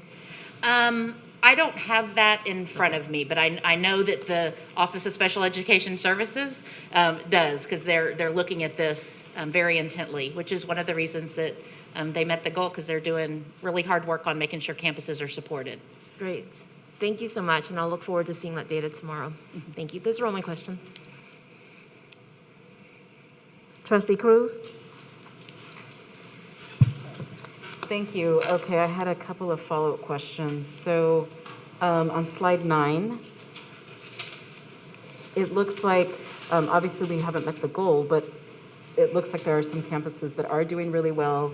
It sounded like from what you shared that these are new systems that are in place. So I'm curious to know what is working at these campuses that they're doing such a good job, and how are we replicating what they're doing to make sure that IEP progress is recorded?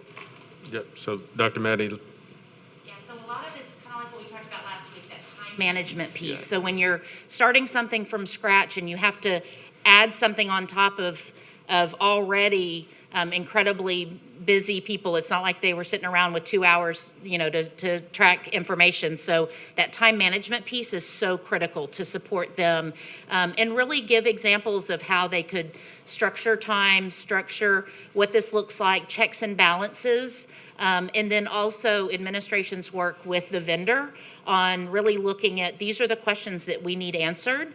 And so how can we make sure that if a campus has that same question, they can easily access that information and not have to go down a rabbit hole of 10 buttons in order to get it. So we're kind of approaching it from both ends.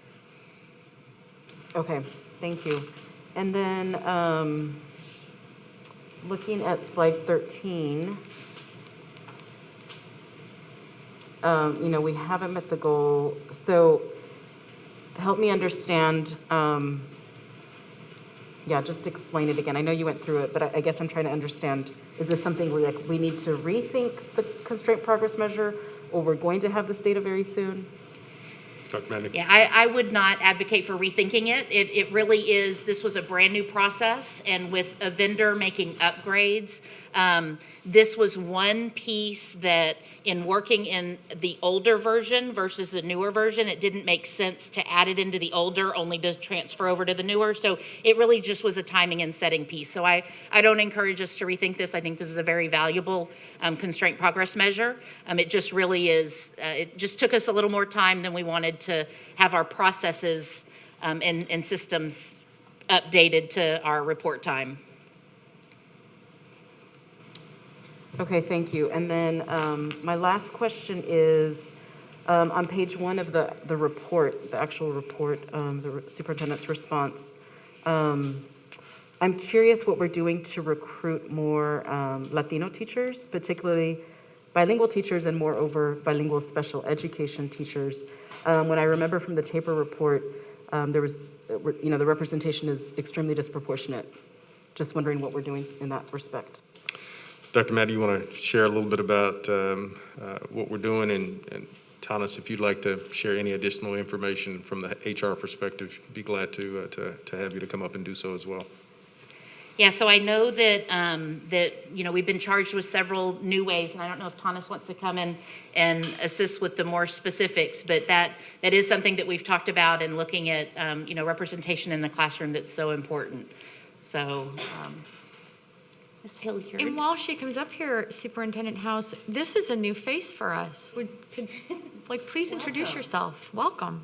So Thomas Hilliard is, while we're actually moving forward with a national search for our new chief of HR, Thomas is filling in and supporting us and helping us as an executive officer. So welcome, Thomas, and this is our board. Okay. Absolutely. So we are looking into expanding our recruitment efforts for bilingual teachers. So one of our focuses this year is to increase our university partnerships, our Grow Your Own programs. We're looking at fostering that and expanding those programs, in addition to our international programs as well. So those are some of the things that we're focusing on. But I will say, and it's, I don't want to get into a discussion here, but I think at some point, I think we have to rethink the current contract that we have with Teach for America. It's going to raise some eyebrows, quite frankly, but knowing that we started this school year like we started with 400 plus teachers, we're in need of individuals in the classroom. So I actually set up some time to meet with them, and I'll be coming back and having that conversation with you all on top of what Ms. Hilliard has talked about. We're going to need to really push the envelope here. And that's what I mentioned earlier. I didn't really want to dive into the conversation, but I'm going to plant that seed now so you know, because we have to build a system and process where we have a combination of different things that we're bringing to the table. So just FYI. Thank you. Those are all my questions. Trustee Dygard? Thank you. Couple more questions still about constraint 1 progress measures. So on 1.3, are there any on this red line? I mean, that's the average district-wide, but do we have any campuses besides the ones on this identified list that are below 67%? Dr. Madney? I would say yes. I don't have that list or the number off the top of my head, but if our aggregate is 67, we definitely have ones that are below that. And I would anticipate the red line would also include campuses that are below the 57. Then why aren't they on the list? The campuses were identified based on a trend in 2019, and they looked at a 5-year trend to come up with that list of campuses. And so it historically, they had been losing teachers after their first year. So we want to build a culture to maintain that over a period of time. And we did talk about internally, do we change the list every year? But at the time, HR, this was a focus that they had actually already started looking at even before it became a constraint. Okay. So they felt strongly that we maintain that list, really put the effort into these that had a historical component of just not being able to retain those teachers over time. I just don't want to be going up here and then others are not keeping our eye on going down because the red line will stay pretty steady if that's happening. Yeah. Then my next question is page 29 and 32 of the packet. So for constraint 4, Superintendent House, how confident are you that the things that are included in your responses to these progress measures that aren't currently on track, that we will meet the targets next year? Like when we come back, that you, in a year from now, when we're scheduled to revisit these, for example, packet page 29, that we're not even at 50% this year. How confident are you that we will be at 60, that the strategies you're putting in place will have us at 66% next year? I can't confidently say without being completely in the weeds that the goal will be met. I'd be blowing smoke at you if I did that. I want to be real. My hope is that we have all of the systems and processes to make the measurable gains that we need to make, whether that's meeting the goal, getting close to it, or surpassing it. So just can't definitively say what that future is going to look like, but we're going to work our butts off to get there and do our best to get past that goal. So are you all, since we're not going to look at this again for a year as a board, are you monitoring internally to see that the things that you've put in place are actually on track so that you can adjust accordingly? Yep. You are- Dr. Medley, you want to talk a little bit more about the progress monitoring? Yeah, so this piece actually goes out, and this was new this past year. It goes out to principals, assistant superintendents, SSOs every week. A progress report goes out so that they review it, have conversations with campuses, implement supports from the central office level. So the level of monitoring on the administration side is much more granular than a year or even every 6 weeks. So I'll say that gives me confidence that you're going to meet this target next year. Well, what I don't want to do is look you in the eye. And we were one percentage point from meeting that goal. My hope is to get there. My hope is to surpass it. And we're going to work extremely hard to do so. Thank you. And I also, since I have a few little seconds remaining, shout out to us as a board, because I'm just watching us improve at this process and feel like I should give a shout out to everybody. Trustee Bluefer Daniels? Thank you, Madam President. And Superintendent House, I was just listening to the discussion back and forth.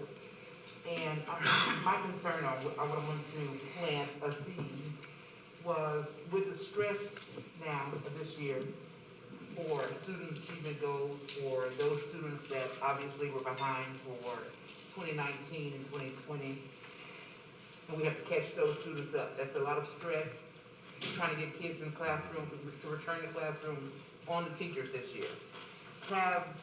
Or were you able to consider an opportunity to utilize some of the teachers and some of the colleges, or those people in colleges that are majoring in education, perhaps to utilize them to get credit to be able to assist in the classroom? I don't know if it's possible, but I'm suggesting we're going through things that we've never gone through before. And so we've got to look at every opportunity to be able to fill those gaps. You mentioned about reconstructing or reviewing, in a sense, the contracts of how we utilize Teach for America. In the meantime, we've still got empty classrooms.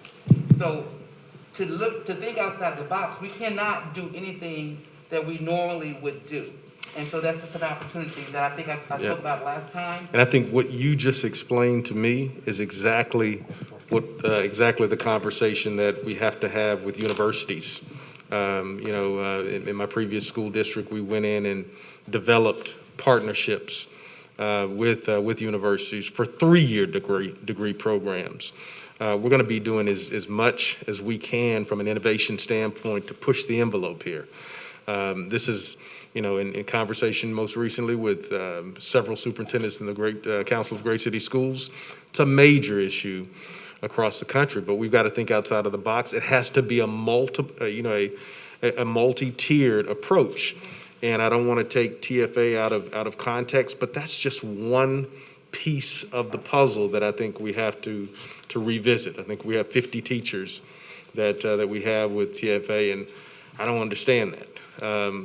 I just don't understand it when that possibility to have 100, 150 is there, and we're short 400. So I don't understand it. I want to understand it, but that's one piece of the puzzle. But the long-term support to go along with this are really having those conversations in different contracts with many of our universities to do things a little bit different than what we're seeing right now. So my mic wasn't working. That means I get to ask my questions all over again? Or did y'all mute me on purpose? That's what I'm trying to figure out. But anyway, so I hope everybody got the question on record. I know Trustee House answered the question. Rick Cruz, why are you trying to look to the side? Because you think I'm getting ready to ask another question? You look at us sideways. All right, but thank you for that answer. Yes, ma'am. Thank you. Trustees, we are now ready to vote to accept the presentation. May I have a motion to accept the presentation? Is there a second? Second. We have a motion by Trustee Cruz and a second by Trustee Flynn Velaseca. Please vote. Thank you, Dr. Madney. Thank you, Ms. Hilliard.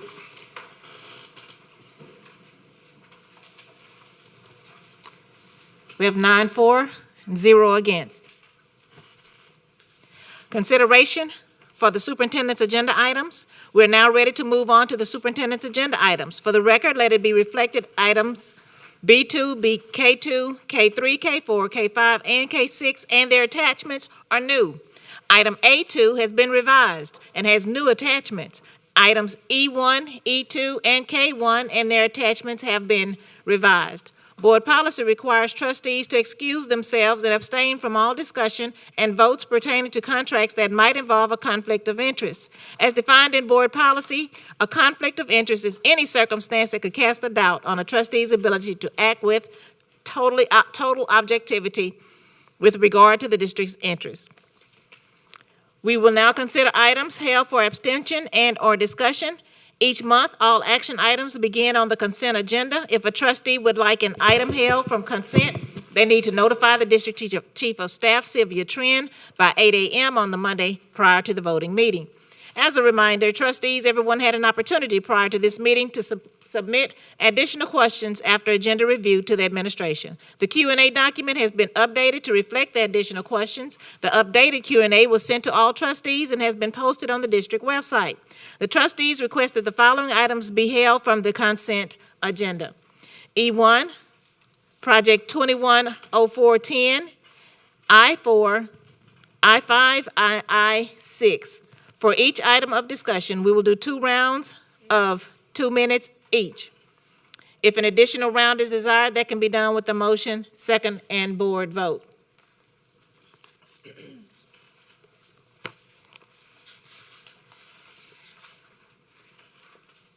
Who's supposed to be asking for? Somebody will be asking for K2 to be pulled. I move to pull item K2 from consent agenda. Do I have a second? Second.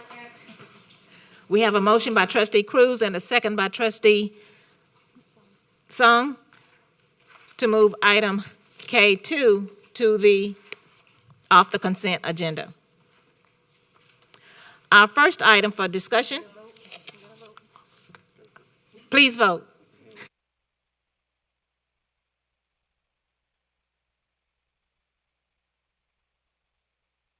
We have 9 for, 0 against. Our first item held for discussion is Agenda E1. Approval of recommendation by naming committee at Jack Yates High School for the naming of the Yates Field. This item is being held at the request of myself, trustee Allen. Do I have a motion? So moved. Do I have a second? Have a motion from trustee Hernandez and a second from trustee Dygard.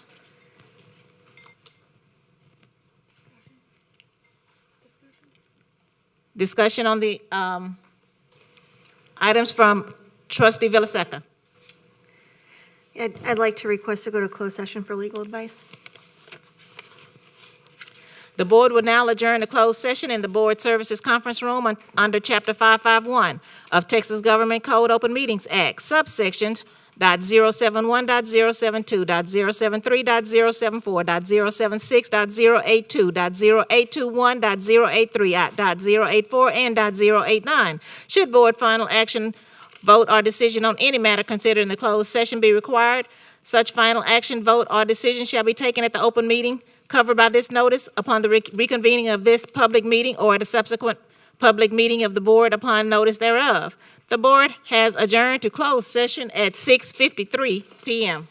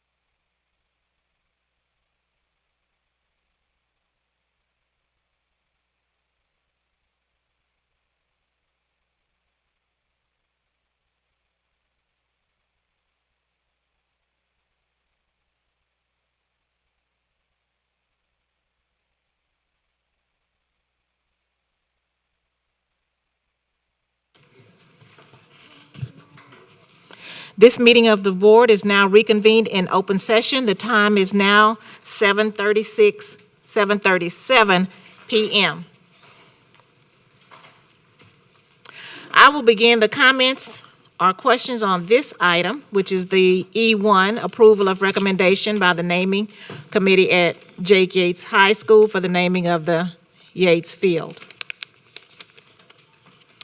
As the trustee for Yates High School, I would like to address the issue regarding the naming of the field. One, I would like to make it clear that HISD has not received any money regarding this matter. If you have monetary or contractual concerns, please see the party with the money that you are concerned about. Number two, the committee for the field named was formed, met, and made decisions within the HISD guidelines. And three, somehow the selected name was not on the original agenda. We have corrected the name to the recommendation of the committee, and I'm asking that you please honor that recommendation by the committee. Are there any other questions or comments? Seeing no other questions or comments, please vote.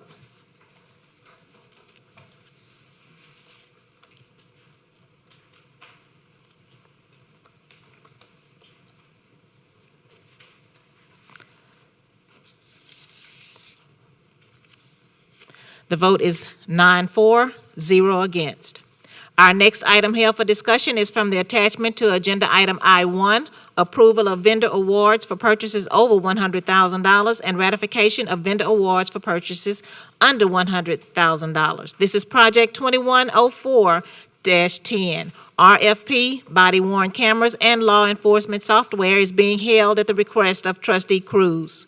May I have a motion? So moved. May I have a second? Second. We have a motion by Trustee Hernandez and a second by Trustee Flynn Villaseca. Are there any comments or questions from my colleagues? We'll start with Trustee Cruz. I'd like to hear from other colleagues first. Oh, wait. Trustee Hernandez.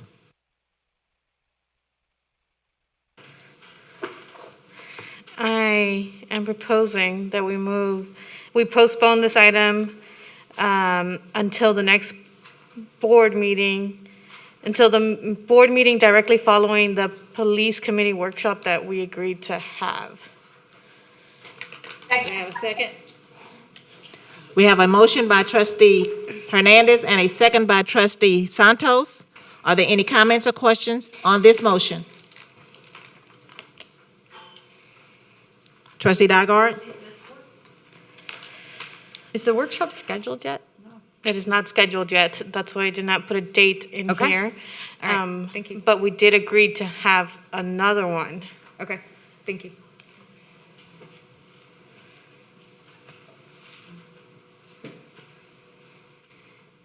Please vote. We're voting on promotion.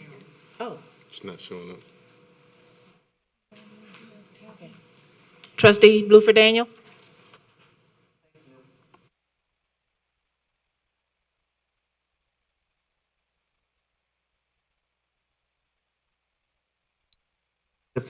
That we had some discussion about having another board retreat or discussion about it. We can still do that. And I can ask the question, how many people looked at the video that Chief Lopez sent us, all the trustees? Oh, okay. No, that was a couple of weeks ago. So my point in asking that question is, we can just keep prolonging this and prolonging this and prolonging this.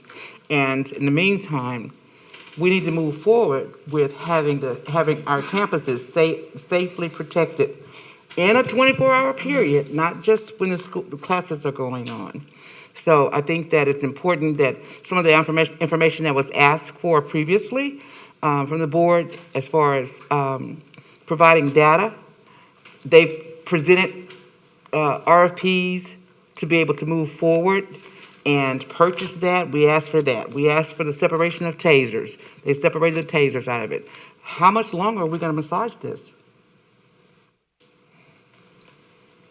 It's my question to my colleagues. I mean, they don't have to answer, but that's my question to my colleagues. And I'd like to, if possible, just share, Trustee Blueford Daniels hit on something that I wanted to mention. I thought the bigger concern was the tasers, and I want to make certain that Alexis has a chance to talk a little bit about kind of what the postponement will mean. Not that I have a vote, but I think it's important that we move forward with this piece, and I ask that we provide Alexis that opportunity at this time. Thank you, Superintendent House. So there's three concerns here if we postpone. The first concern is this better? Yeah. Okay. The first concern is that we no longer have a contract at all. Not for body cameras, not for the software, the law enforcement software.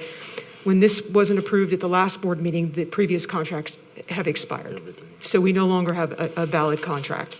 The second issue is we have 120 days from the time that we open a bid to bring you a bid to approve on. If you postpone this, I'm going to have to do a brand new solicitation, and the whole thing is going to start again, and we're going to go through another 120 days. And then the third issue is the police department will not be compliant with House Bill 929, which requires the police officers to have body cameras which record any type of incident that they may have. They won't be compliant with that House bill. So those are just the three things that I wanted to mention. Thank you. I have a question. I know that the motion is to postpone this bill until the next meeting. My question is, do you plan on having a meeting? Yes or no? Do you plan on having a meeting? Thank you.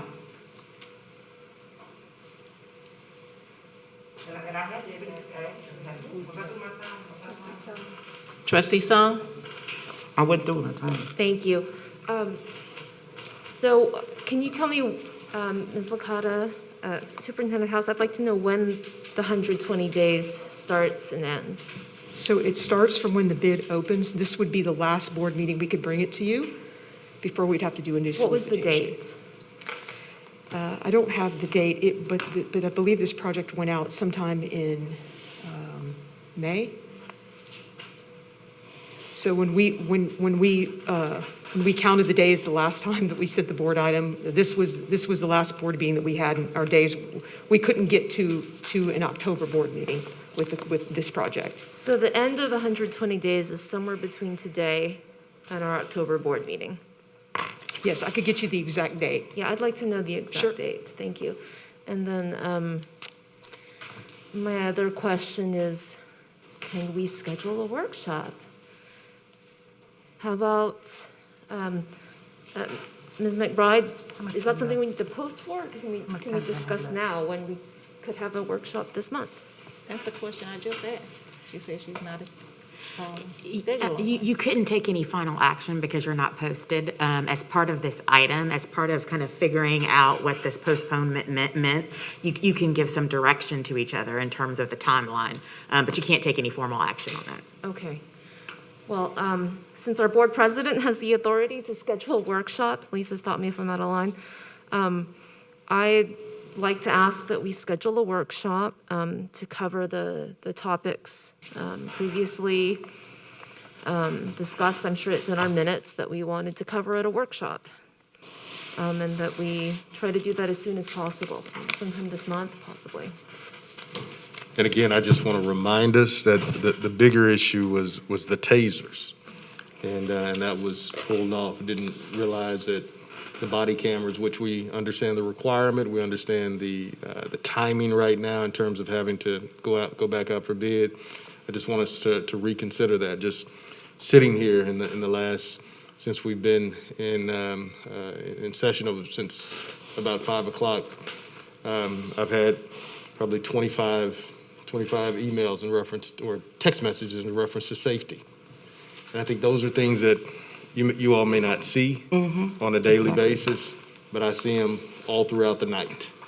every night. I keep my ringer on my phone, and it's important that those safety pieces, not only that our policemen and policewomen are keeping our campuses safe, but we have the documentation that that is being done in a manner that we know and expect. So I strongly hope that we consider moving forward with this item. Again, just my opinion. Thank you, and thank you for raising House Bill 929. I don't think that's something that had been previously discussed, so thank you for letting us know about the statutory requirements. I appreciate it. I'm in the queue. I had 15 seconds left. Trustee Bluefer Daniels? Thank you, Mike still on. And we got to keep in mind, I urge my colleagues, let's not listen to outside help or people trying to influence us. The reality of it is, we had a student that pulled a knife on a teacher at one of our campuses. You know who actually went in and took care of that situation immediately? Not a security guard, it was HISD police. They patrol the buildings 24 hours a day at night. So if you got a kid running away from a school with a keyboard, would you rather see him tased if he's broken into school or shot? You all are taking this too lightly. We've got the officers that we've got to look out for. They're out there patrolling these campuses. Stop letting these other outside entities influence a common sense decision. Schools in District 2, we need police officers in the district. We need them out there. Y'all might need them in the church, on your campuses, but we need them on our campuses. Oh, you got the gavel. You deemed. Madam President, I'd like to add, along with Ms. Legata, I'd like to have Chief Lopez to offer some insight as well that I think the board needs to be aware of. Thank you. I'd like to just address the board and remind them that these are two separate issues we're talking about. The issues that we had during the committee were pertaining to the use of force policies and other issues and report and arrest of students.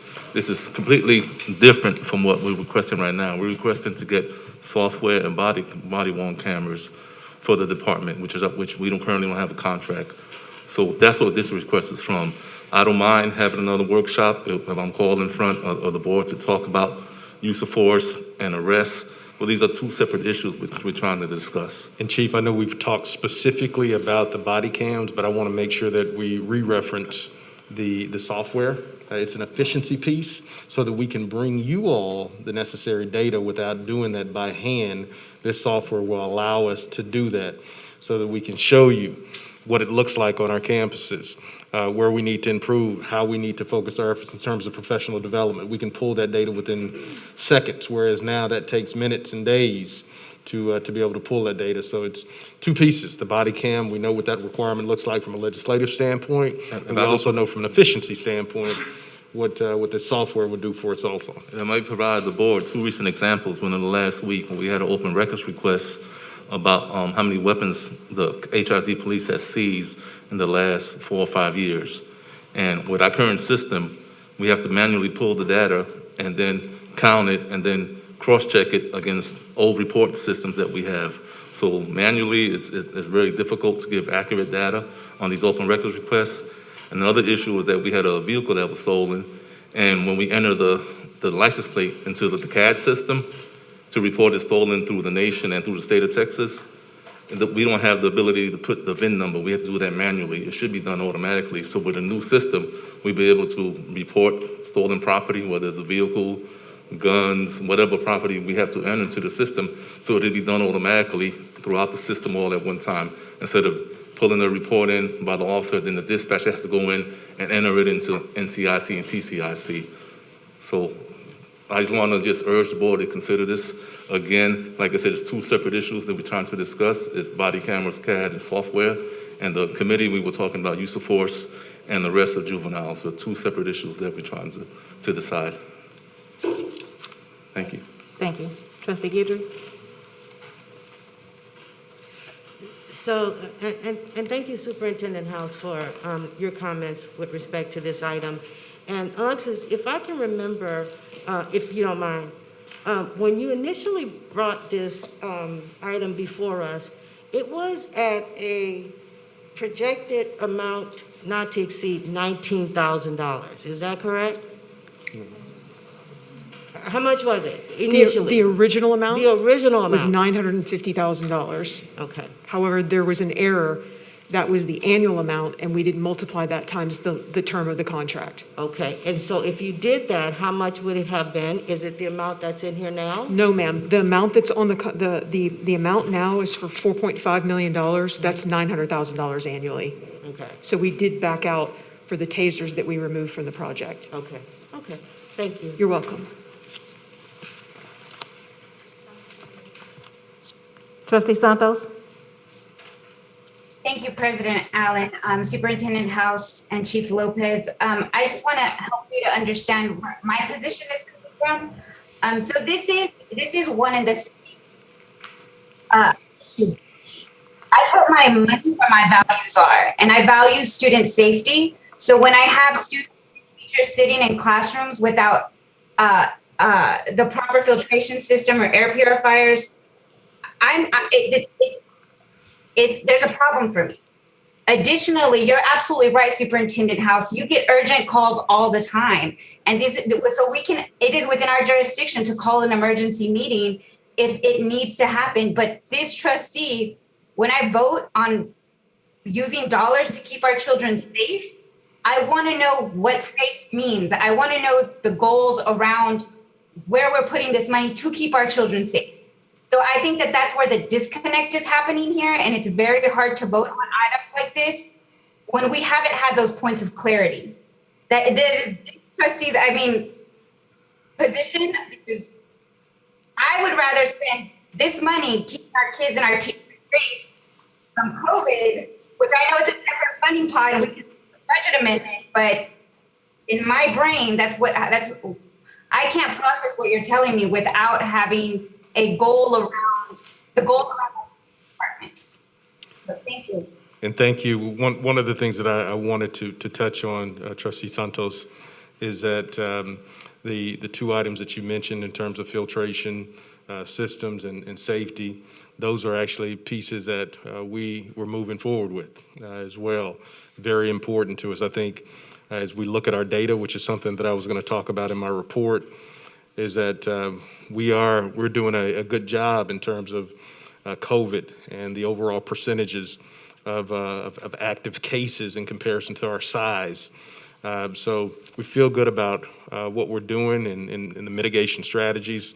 But I think the safety piece is kind of another story that we really need to focus on around the data, how we're able to come back and share with this. Because there are questions that come from this body, and we want to be able to provide answers to those questions from a data standpoint. Right now, it can't be done efficiently, and we're behind the curve in terms of what it looks like, way behind the curve, and we're just trying to catch up here. And that helps me to understand, Superintendent House. That helps me to understand a lot. But I think that for this body, and I could be speaking out of turn, for us, having our priorities set before we start voting in this and just defining safety and the goals of the police department surrounding our kids and keeping our kids safe is paramount right now. Mm-hmm. So I think that the sooner we have the police committee workshop, the more we can hear from Chief Lopez, is the more that we'd be willing to understand where you're coming. Thank you. Trustee Cruz? I also support the idea of having the police workshop ASAP, addressing the previous recommendations and hearing your vision, Mr. House, so thank you.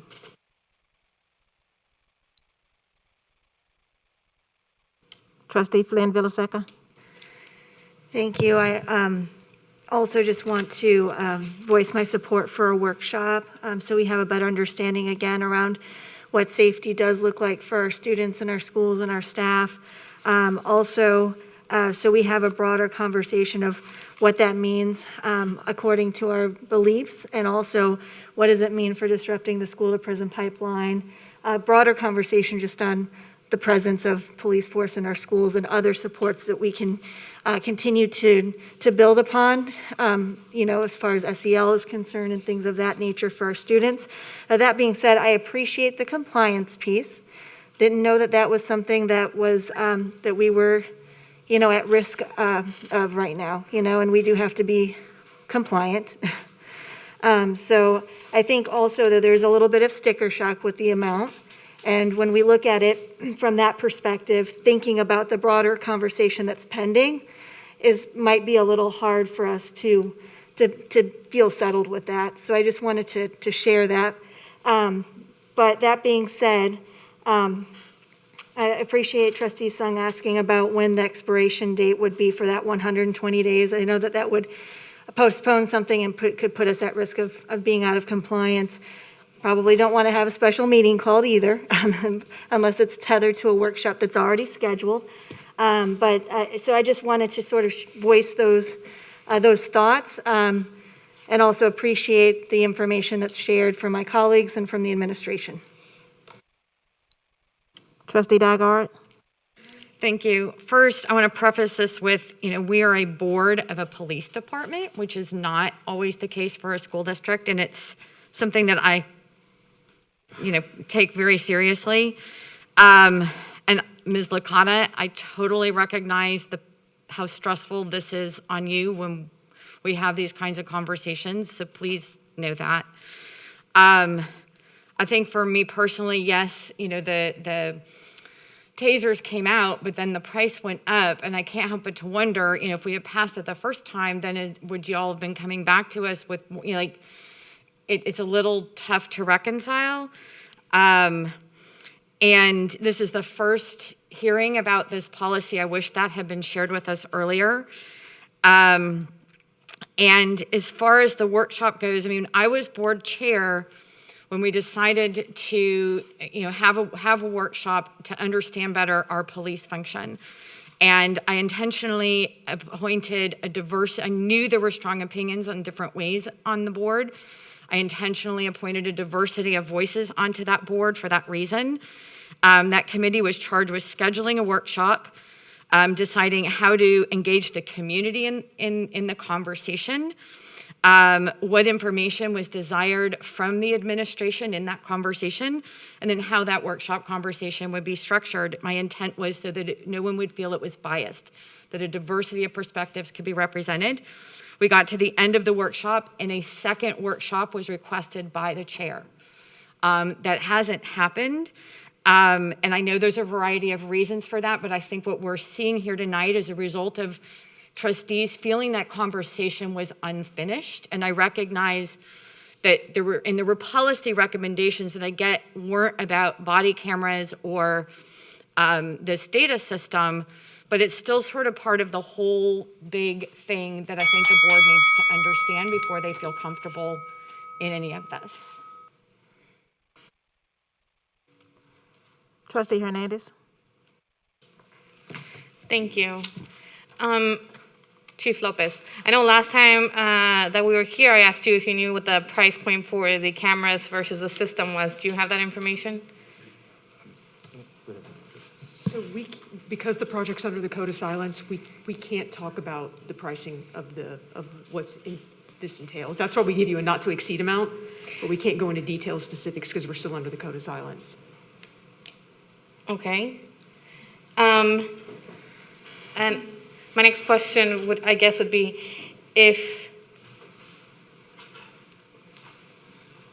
we are not under contract at all anymore, doesn't that mean that we are already violating the 929?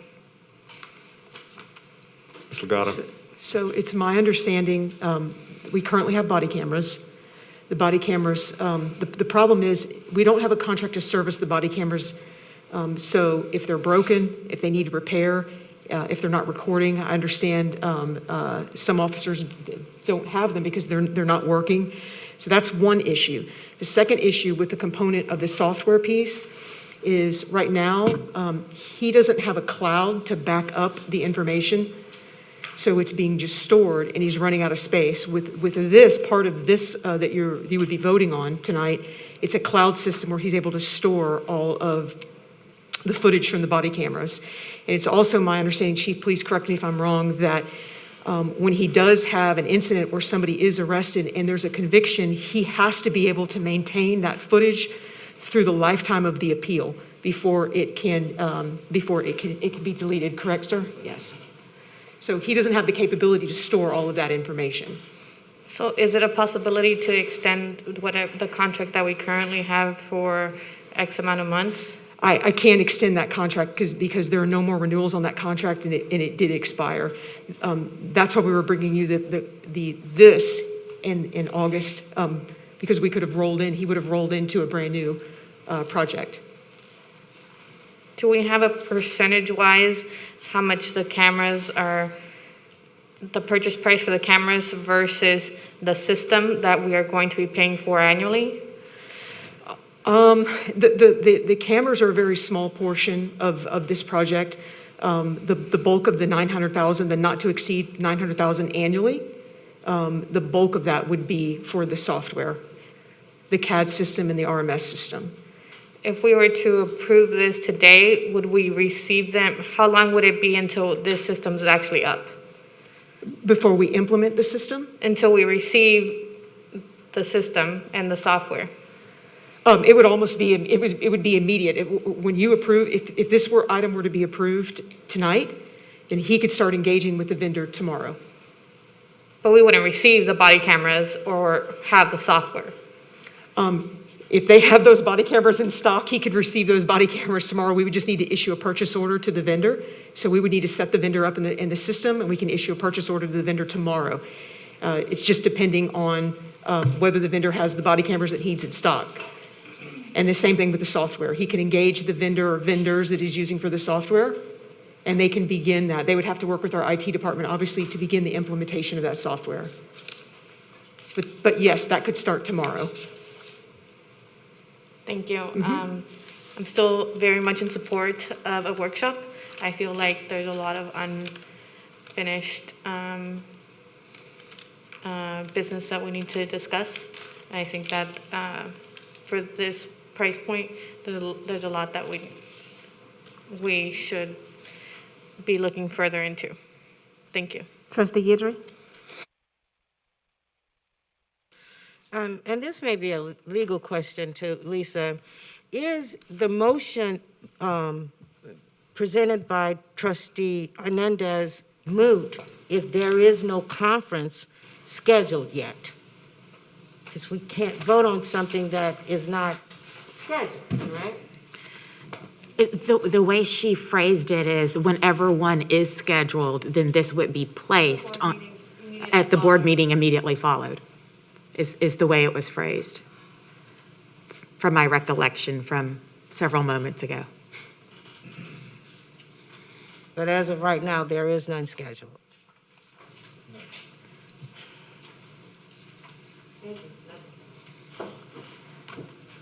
Trustee Allen would like to make a comment. First, I'm not willing to have officers out there without body cameras to show proof of what's going on between the officers and the children or whoever it is that they are dealing with.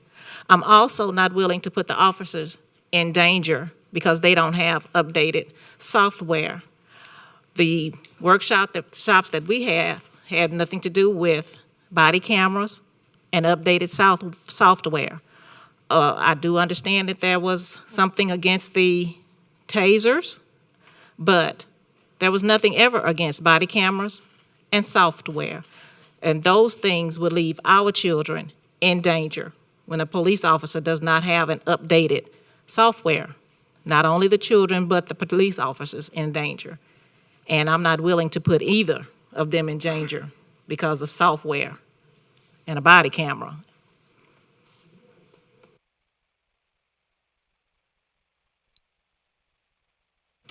Trustee Filiseca? Yeah, just a quick question for verification. Is the software a subscription, like an annual subscription that you have to renew year after year? Slicata. Thank you. No, so it would be the full term. It would be the full 5 years. Okay, thank you. That's my only question. Trustee Nygaard? Okay, I'm trying to solve the problem here. So bear with me, and if I need a little bit more time, because I think I might get us somewhere here, all right? Listening to all of the concerns. So may I address Ms. Licata with some questions? Yes, ma'am. Okay. There are two items in this project. There are body cameras and there's the software system. 3, actually. Okay. So because the software, there's 2 components to the software. So there's the body cameras, there's the computer-aided dispatch, and then there's the RMS software. So there's two software components and then the body camera component. But the body camera component speaks through one of the softwares, if that makes sense. Okay. So body cameras actually has 2 components, and then there's this other third component that's separate from. So the CAD system. Do all 3 of these have to be approved to work together? Yes. I mean, two of them do, correct? 2 of them do. The CAD and the RMS do. Correct. The computer-aided dispatch system, which is the CAD, and the RMS have to be of the same manufacturer because they work together. Okay, so where I'm going here is, because this is a 5-year contract for a really giant pile of money before we've had this workshop, but I get the 120 days is running out really soon. Can we,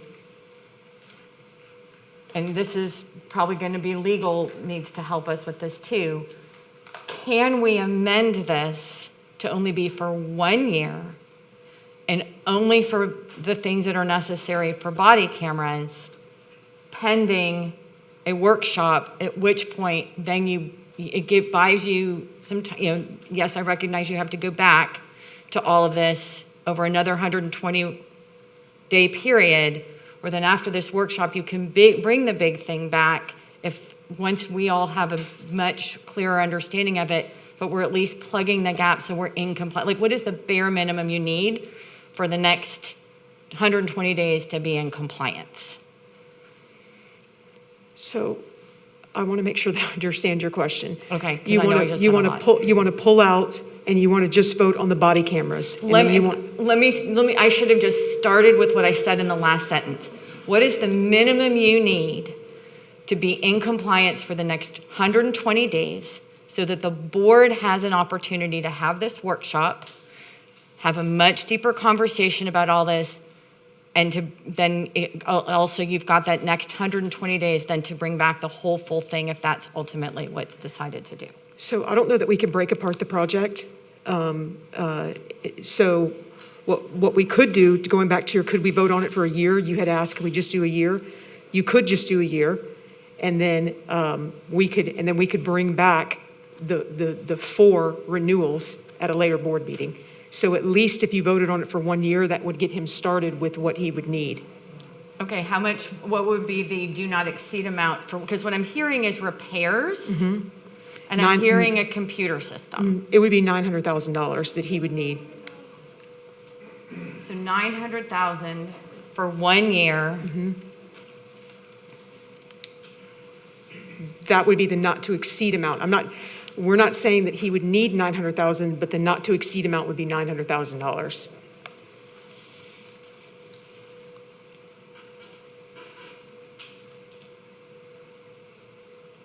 Okay, I'll let others go first if they've got further questions. That's helpful, thank you.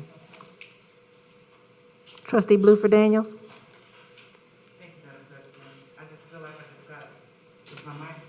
Is it on? I feel like I've got to just refresh some memories here, because in November, we started talking about the committee. We created the committee to review this, and then in December, we met. January, we met. We had our board logging retreat. February, we had URI. February and March, we had URI. We could not continue to talk about police issues, HISD police issues, and we agreed to that. We got down to June. Trustee Hernandez, you were part of the committee, as well as Trustee Sung. So let's remind ourselves of the timeline. And yes, we did talk about having another group come before us because I was adamant about, and I'm still adamant about, the fact that I felt like it was a skewed view that was presented to the board. So in June, when we talked about it again, we dissolved the committee, and we also decided that once the new superintendent got here, we would revisit it. So let's not forget the process that we've used.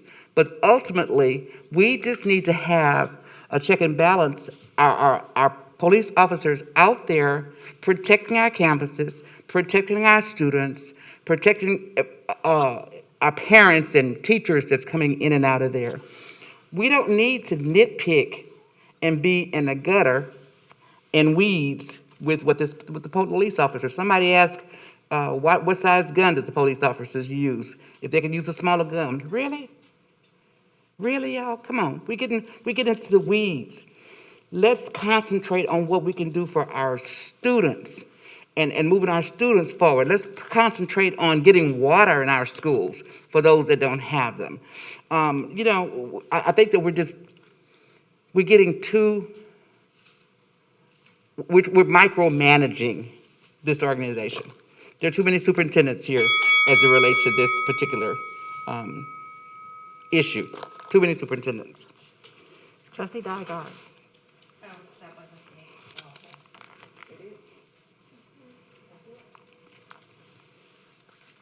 We need to now vote on the motion to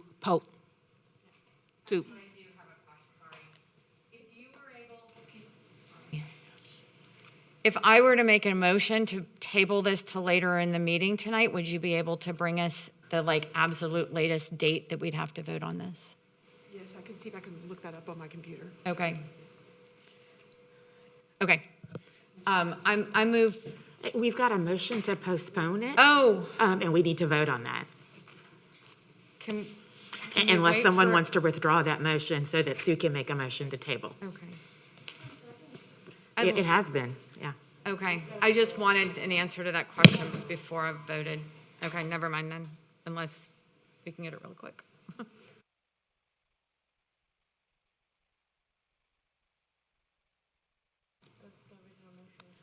We have a motion to postpone the body-worn cameras and law enforcement software. Please vote.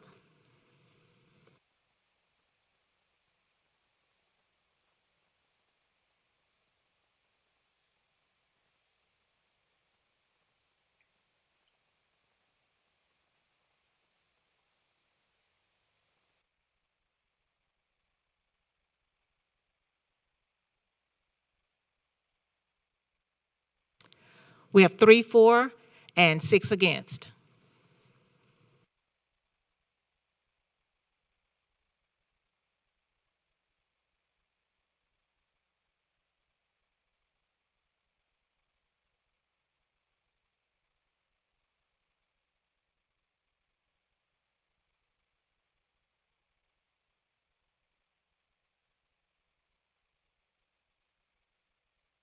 Right. All right. Thank you. All right, I move that we table this item until the end of our meeting tonight to give Ms. Licata an opportunity to bring us an answer to that question.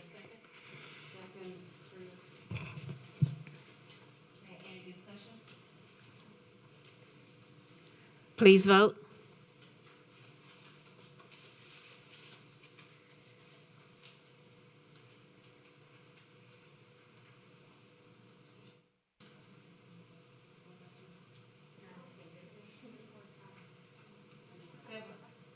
Seven for, 2 against. It will be tabled until the end of the meeting.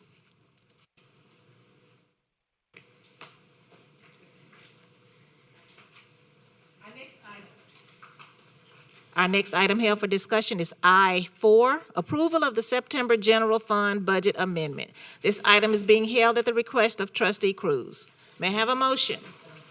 Yes. So moved.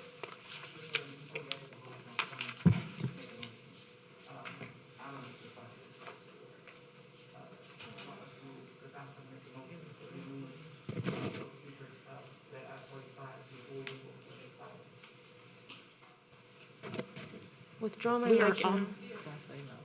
We're in the middle, Okay. we're in the middle of a motion and a second, so if you want to wait before the next item and try to get the board president's attention, but we're in the middle of a motion and a second, so the discussion has to be germane to the motion and the second. I withdrew my motion. Okay. Thank you, Ann.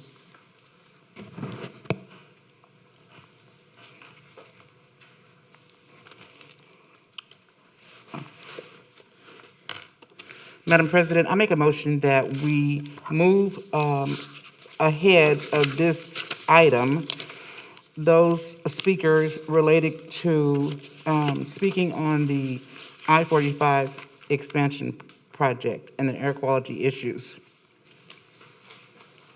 Move, Santos.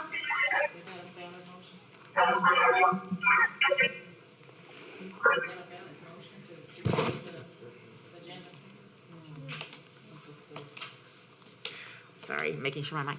It is the board's prerogative to move things on the agenda, and so what what Trustee Bluford Daniels is just asking is to move one section of the agenda up. So yes, it is a valid motion. Board's priority? It's the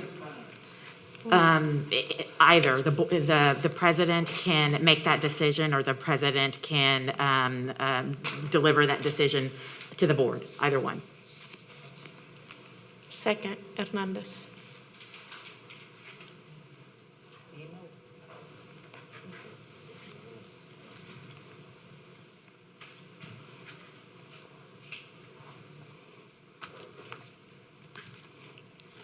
Is there anything else we need to do? There was a motion and a second, so you need to vote. Okay. Please vote.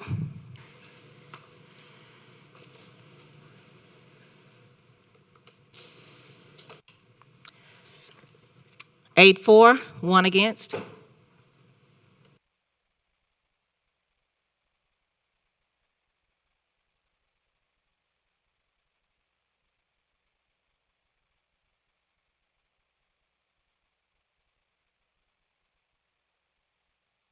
Meeting for the hearing of the community since the Houston Independent School District has reopened its board auditorium and meetings are now open to the public. Any speaker wishing to address the board must attend the meetings in person to read their comments. We are glad you're here and look forward to hearing your views. Only those who registered at 9:30 today may speak this evening. Copies of handout materials must have been provided by board services at about 9:30 a.m. today. We have 9 remaining speakers registered this evening. Speakers are limited to 2 minutes each. I'd like to remind speakers that when addressing the board, please stay on topic and refrain from naming individuals, especially students, as they are protected under the Family Education Rights and Privacy Act. However, naming your own child is permissible in the course of stating your concern. Please understand that this public forum does not allow for dialogue with board members. Please understand that this public forum does not allow for dialogue with board members. The board cannot deliberate or respond directly to a speaker in this format. So that each person who has signed up to speak can be heard by the board, we ask that there be no disruptions of the meeting by members of the audience, no abusive statements or actions, and no threats of confrontation, no audible expressions by the audience of approval or disapproval. We ask that you please speak directly into the microphone. The clock on the wall to your right and on the podium will count down your time and will signal when your time is up. I ask that you please respect our procedures and the other speakers and end your remarks promptly when your time has expired. Will Crystal Toussaint please come to the podium and state your name?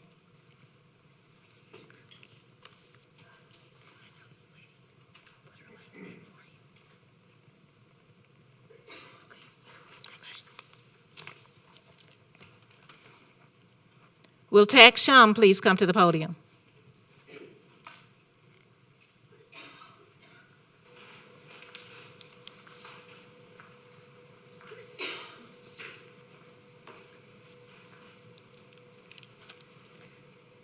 Start now. Good evening. Today, I'm focusing on the HISD transportation. From my own experience, school staffs, multiple staffs, bus driver all understand the current problems, the shortage of drivers. They feel for us, for the ones that I encounter. They really try to help the students, sometimes above and beyond of their normal duties. The big issues that I have today is with the transportation call center. Since September 1st, I have called them at least a dozen times, emails, phone calls, and none of them have responded from the call center. The only call that I have ever received yesterday was from Ms. Yao from a motor pool site. That's item number one. Number two is they sent out the information too late when it comes to bus delay. For example, we have been receiving delay notification, usually around 40 to 60 minutes after our normal morning pickup time. Three, they gave out inconsistent information. For example, on September 2nd, I placed three phone calls. First one is 6:06 a.m. They told me the bus running normal. Second, it's 6:45 a.m. They told me the bus running 45 minutes late. The third one, 7:35 a.m. No driver on this route. The rep recommended me to take my child to school personally. So that day, my child spent 1.5 hours waiting for the bus, 1.5 hours on the bus to school, 2 hours on the bus on the way home, total spending 5 hours, enough for a round trip to Austin. Number four, no communication from HISD when the bus broke down while en route with the kids. Number five, call center rep tell me that it's not my concern when the bus broke down while en route. She later hung up on me. I understand we are dealing with shortage, but I've been hearing parents that have issues with the transportation for years. And I really challenge you to look at your system, and I suspect they're planning. Thank you.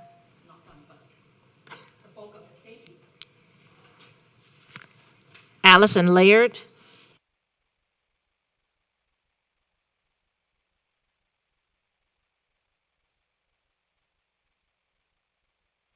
Brett Guillory.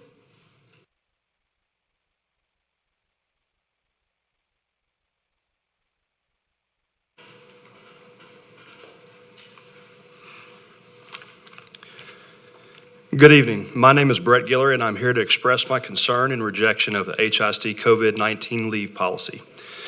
Excuse me. In the faculty in-service meeting on August 16th, it was stated that any vaccinated teacher that contracts COVID must stay home for 10 days with pay, or until they have a negative a negative test. However, any teacher that is unvaccinated and tests positive for COVID-19 must stay home for 10 days without pay. I'm 100% opposed to this. This policy is discriminatory, penalizing unvaccinated teachers by forcing them to take their days and docking their pay if they're sick for more than 10 days. This is also coercion, and the end game here is to force us teachers to get vaccinated. I also find it gravely concerning that my place of employment is essentially creating a caste system of the vaccinated and the unvaccinated, with the unvaccinated being the lesser class and not worthy of the same treatment, policy, and respect as to those that have been vaccinated. Excuse me. COVID is being spread by both. Why is one group being punished for it and the other is not? I think it's also worth mentioning that several studies show that it is, in fact, the vaccinated who have a higher chance of spreading the virus. They have a higher trace protein count, which increases the amount of the virus that is distributed in aerosol form. About a month ago, it was reported that 75% of the new cases in Boston were of the vaccinated population. Also, one only has to look at Israel to see proof of a largely vaccinated country, 70% of the total population that is experiencing mass spread and increase of cases in the vaccinated. The unvaxxed are made up of people who don't want the vaccine and are people who take the vaccine, who don't take the vaccine for medical reasons, and they are being discriminated against. Meanwhile, the people that have been vaxxed are now considered unvaxxed because the antibody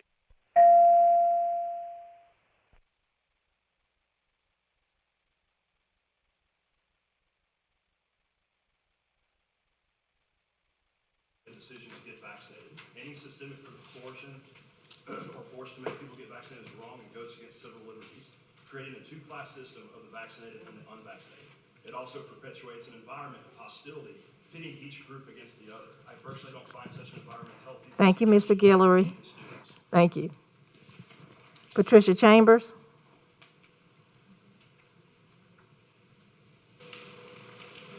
Good evening, Board, HISD, Superintendent House.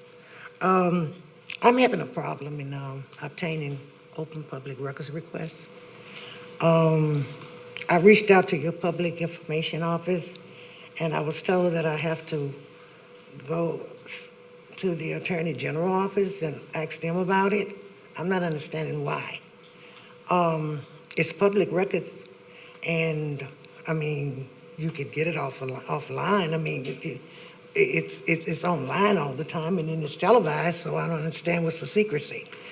But I'm understanding that I'm supposed to get a copy of the opinion that you're seeking with the Attorney General, and I haven't gotten that yet, so can I get that? And once I get that, I'll talk to the Attorney General office again and ask them, what do I do next? Because I did talk to them before I asked for the open public records request from your public information office. So if I can get that letter saying that you are addressing, you're having the Attorney General to seek an opinion, then I can move forward with that. Thank you. Jesse Espinosa.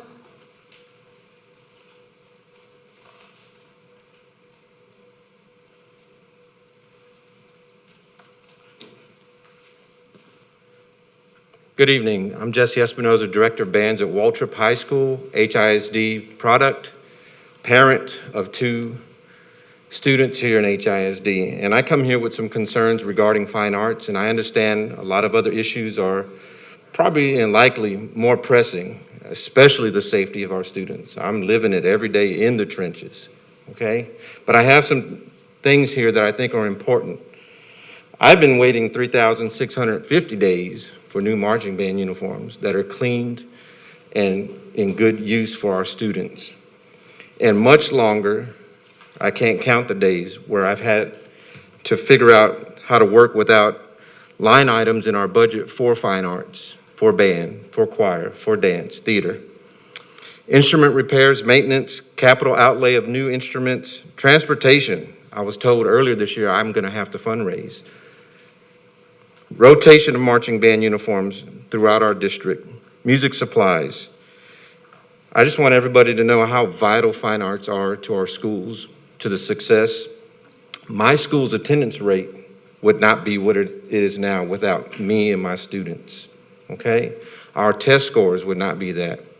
I just spoke to a student yesterday from Honduras that cannot see her father, but my band program is going to provide a family setting for that child. And that's what we do across this district. And my brothers and sisters in these classrooms, we are struggling and we need some help. And that's got to be systems put in place for all of us to be successful. So we all need attention. So please, I ask for your help and your attention to what I'm asking. Thank you so much for your time. Mr. House, welcome to Houston ISD. Thank you. Inez Siegel.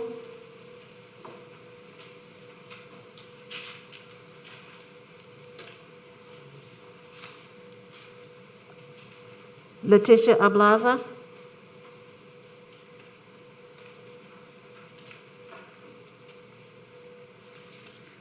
Hi, good evening. Thank you so much for letting me speak today. My name is Leticia Blaza, and I'm with Air Alliance Houston. I'm also here on behalf of the Coalition for, the Greater Houston Coalition for Justice with Johnny Mata to speak on the proposed I-45 project that is going to impact approximately 12 schools in HISD. I appreciate Trustee Buford Daniels for keeping on top of some of these issues. As many of you may know, the Texas Department of Transportation, TxDOT, has planned a multi-billion-dollar expansion of I-45. The project is known as the North Houston Highway Improvement Project. TxDOT's plan is to widen the freeway from south of downtown all the way up to 45 Beltway 8. As part of the expansion, TxDOT plans to reroute I-45 through East Downtown. TxDOT initially released a draft environmental impact statement, and our organization raised severe issues with how it's going to impact communities. According to TxDOT's own projections, the widening will displace thousands of residents and businesses in low-income and minority communities. Our organization, along with partners at Link, Houston, and others completed a health impact assessment that showed that the increased traffic from the project will significantly worsen air quality for children attending schools along the I-45 corridor. For instance, Bruce Elementary, for example, at the time of our study, students at Bruce had the worst asthma rates in the city. As a result of the I-45 project, this will essentially cut over Bruce Elementary and subject them to even more increased vehicle pollution. In December of last year, Air Alliance Houston, along with Link and others, submitted a letter to TxDOT, the Federal Highway Administration, notifying them of these potential civil rights violations. In March, Harris County followed up with a lawsuit against TxDOT for environmental justice violations. As a result, Federal Highway Administration opened an investigation into TxDOT. Due to COVID,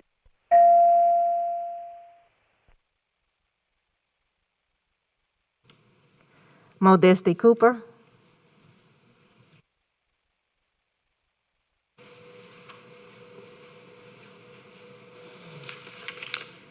Good evening. My name is Modesty Cooper. I am here on behalf of SEF and Stop TxDOT.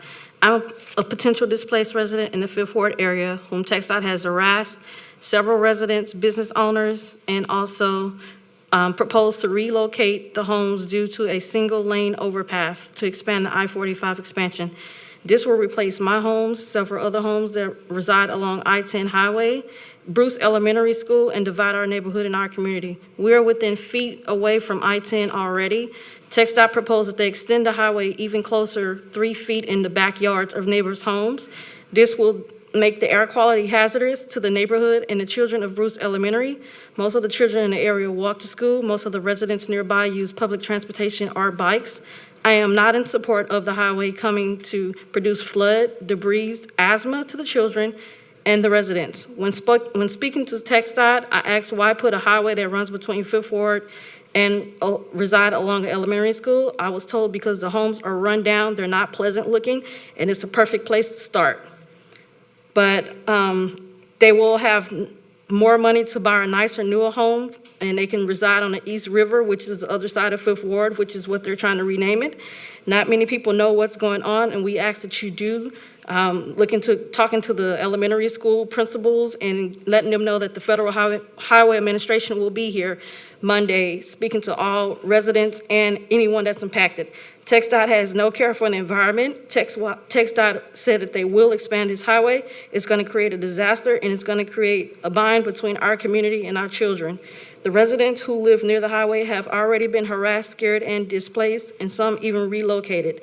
We need to stop this before eminent domain get involved, and we need to find a better way to improve what's going on. Hector Morales.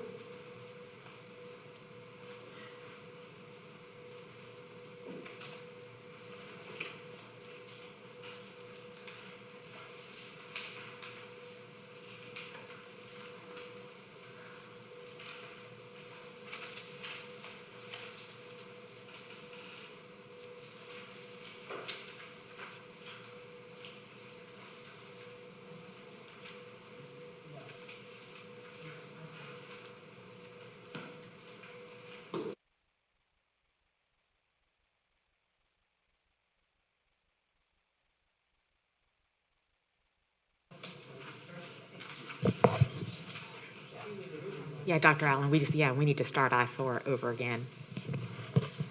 Our next item here for discussion is agenda item I-4, approval of the September General Fund Budget Amendment. This item is being held at the request of Trustee Cruz. May I have a motion? So moved. May I have a second? Second, Hernandez. Has been moved and second. Is there any discussion? Trustee Nygaard? It's a question for legal. Do we have an answer to the question about whether or not the ESSER funds come through the budget amendment or not? Yes, I sent you David Thompson's opinion letter by email during this board meeting. Okay, so I haven't read any of the emails I got this afternoon, so. Would you like to go into closed session? No. Okay. What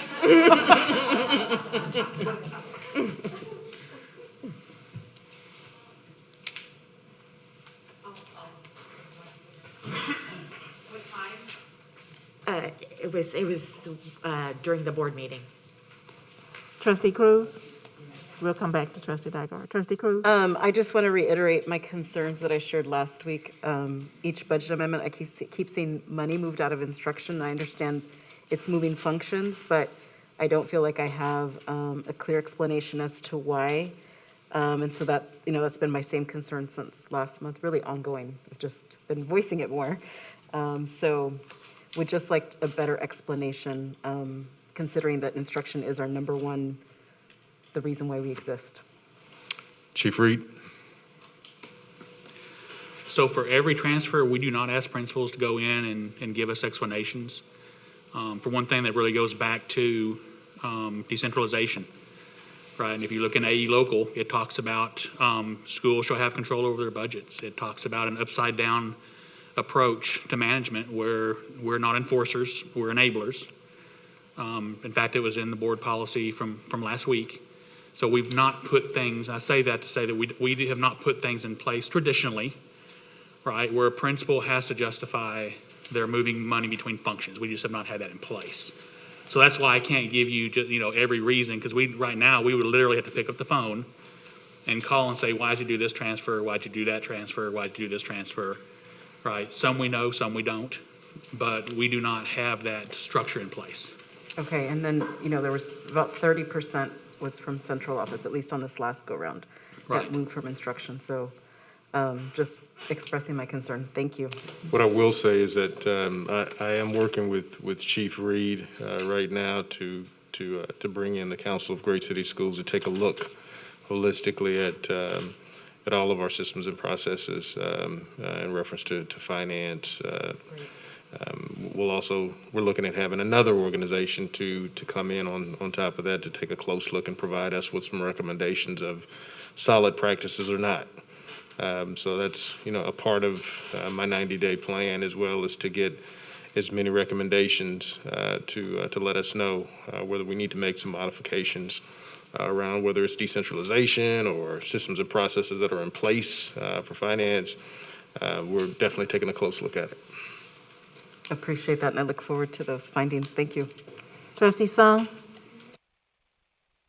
So I've come to understand through these repeat conversations about moving of dollars from instruction into other areas that, our history of budgeting is, as Dr. Allen explained, you park some money in one place and then you move it where you need it as you go along.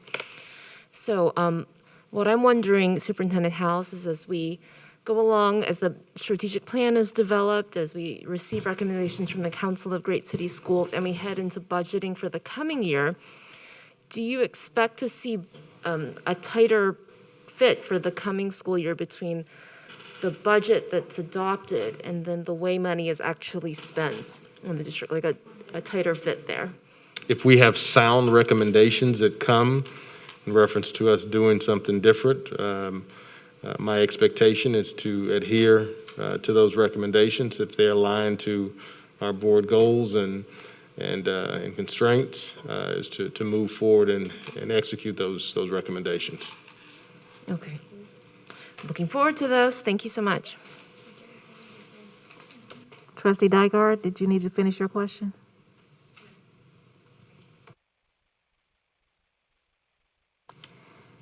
If there are no other comments, please vote.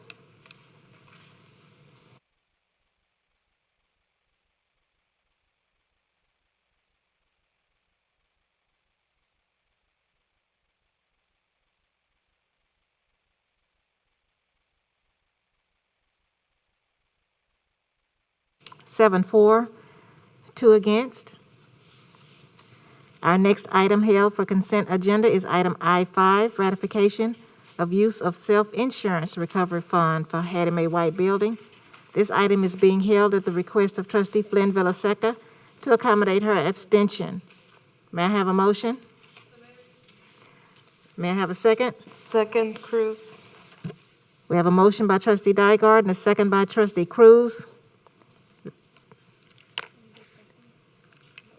Seeing no discussions? Oh, you wanted to speak, right? No. No? Okay. Please vote.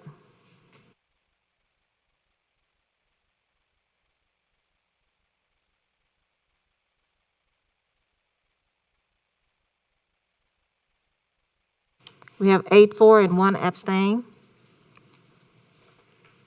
And finally, per state statute, tax code 26.05, the following items was held from the consent agenda. Agenda item I-6, approval of resolution adopting tax rate and levying ad valorem taxes for the tax year 2021. May I have a motion? Second.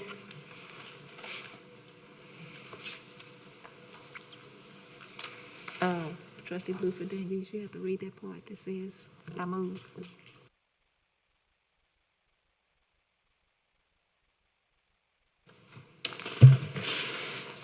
I move that the property tax rate be increased by the adoption of a tax rate of $1.0944 per each $100, which is effectively a 1.98% increase in the tax rate. And further move that the Board of Education approves a resolution and ordinance adopting the tax rate and levy ad valorem taxes for the year 2021 as reflected in the resolution. Do I have a second? Thank you. Second. We have a motion by trustee Bluefield Daniels and a second by trustee Cruz. Are there any comments or questions from my colleagues?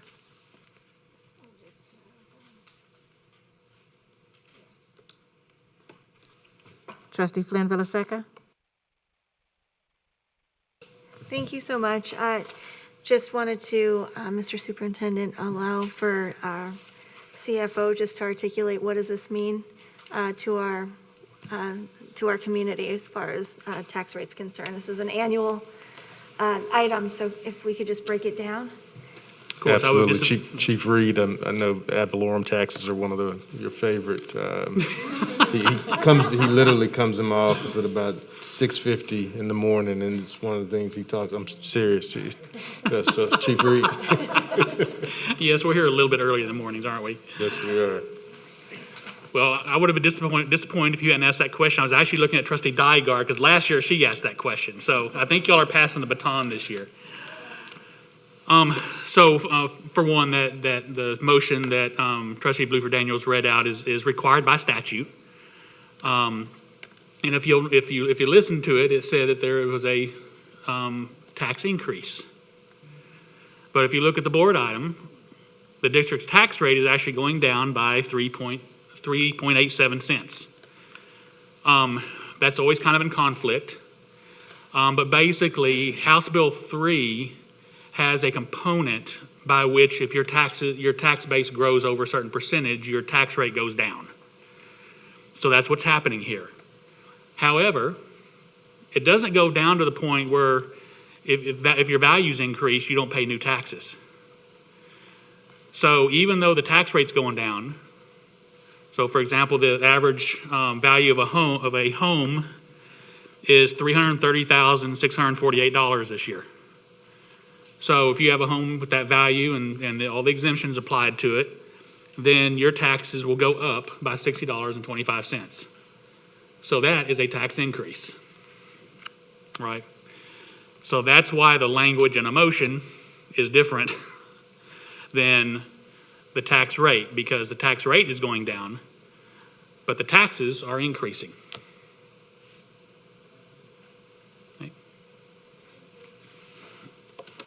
Seeing no other questions, please vote.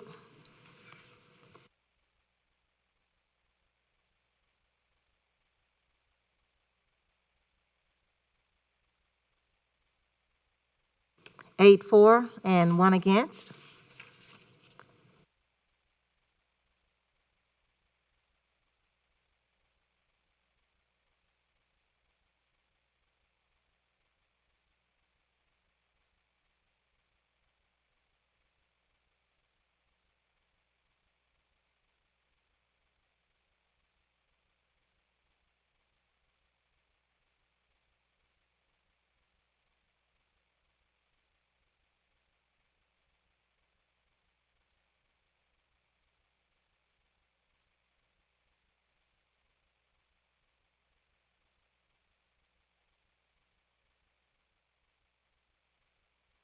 Should I do that now? Yes. I move to postpone K2 Before you do that, just call it out. Oh, sorry. You're discussing K2 now, so that the public knows.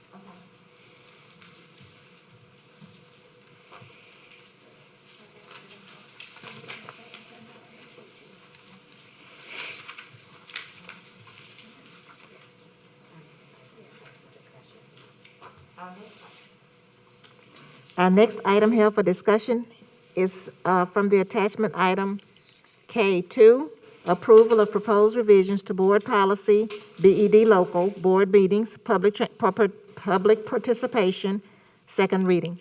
So move. May I have a motion? So move. You're gonna wait on yours. Hold on a second. Now, you have a motion in a second To do what? to discuss. Okay.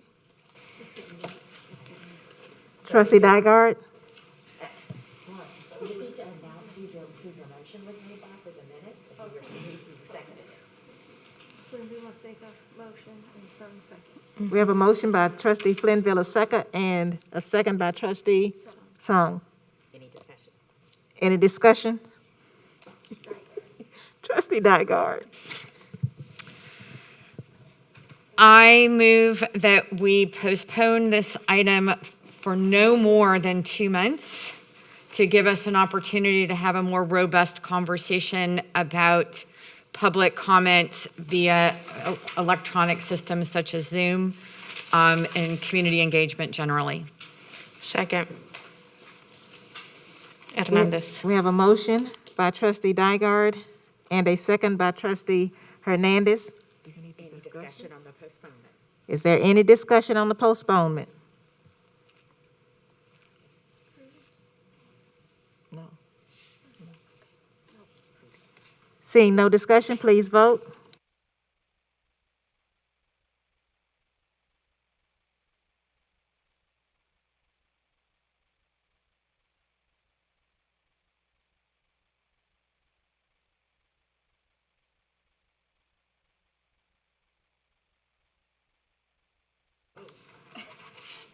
We have 8 for and 1 against.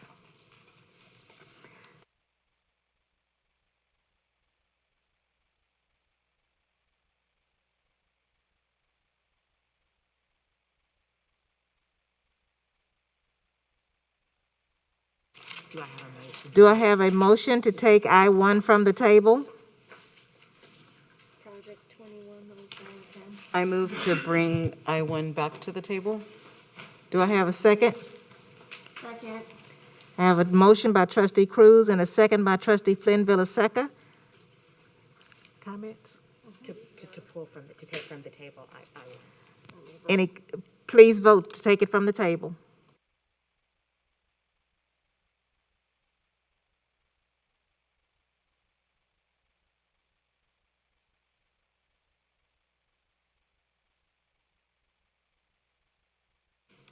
Eight for, 0 against. Trustee I-1 is, trustee I-1. Item I-1 is back on the table. And it's project 21. Project 21-04-10 RFP, body worn cameras and law enforcement software. Is there any discussion? Is that Sue? Trustee Dygard? Superintendent House, is it possible to get an answer from Ms. Licata to that question? Yes, ma'am. Thank you.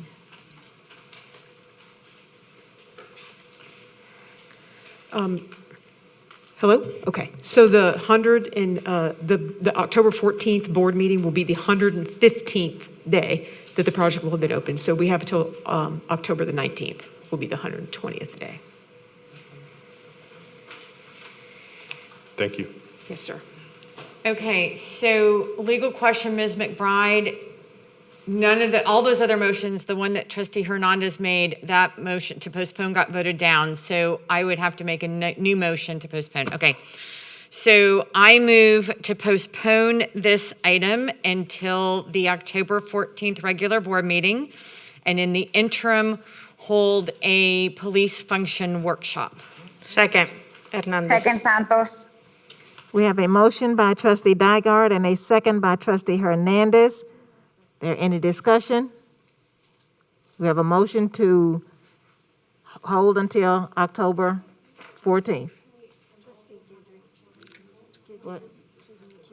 Trustee Guidry has a comment, question.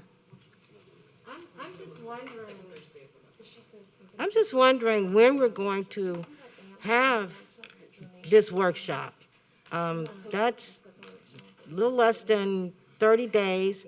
I work, some people on this board also work. And it's just, we're trying to confine something down to satisfy a need that I don't see that we have. District 9, excellence, my logo for District 9 is excellence resides in District 9. And I would hope that that would also reside with the district. How can the district be excellent when we have our police officers out there without proper requirements? How can this district be excellent when we're falling at a deadline of being in violation of a rule? I'm just not understanding why we're postponing something that seems to be a necessary item. I understand that you all have concerns. I understand that you're hearing from your constituents regarding defunding the police. We have a police within HISD. And we need a police system within HISD. And we need to fund that police system with the best of the items that we possibly can. And they're not asking for, they took off the tasers. They're not asking for things that's just not necessary. They're asking for things that's necessary. Number one, the body cam. And number two, the system that would bring us to today's level. Excellence. That's what we expect from our students. We should expect it from our employees. And we can't have that from them if we don't give them what they need. Thank you.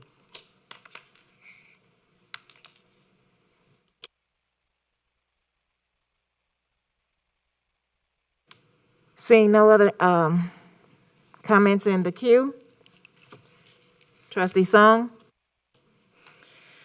Given what Superintendent House has laid out today, I think that we need to move forward with this item either this month or next month in order to be in compliance with legal requirements. That said, I do want to have a workshop. So my question to our board president, Alan, is can we please go ahead and schedule a workshop? Is that possible for this month? To our superintendent and to President Allen. I don't know if it's possible. We can check to see. If it's the will of the board, let's make it happen. Okay, thank you. We're going to be out of town.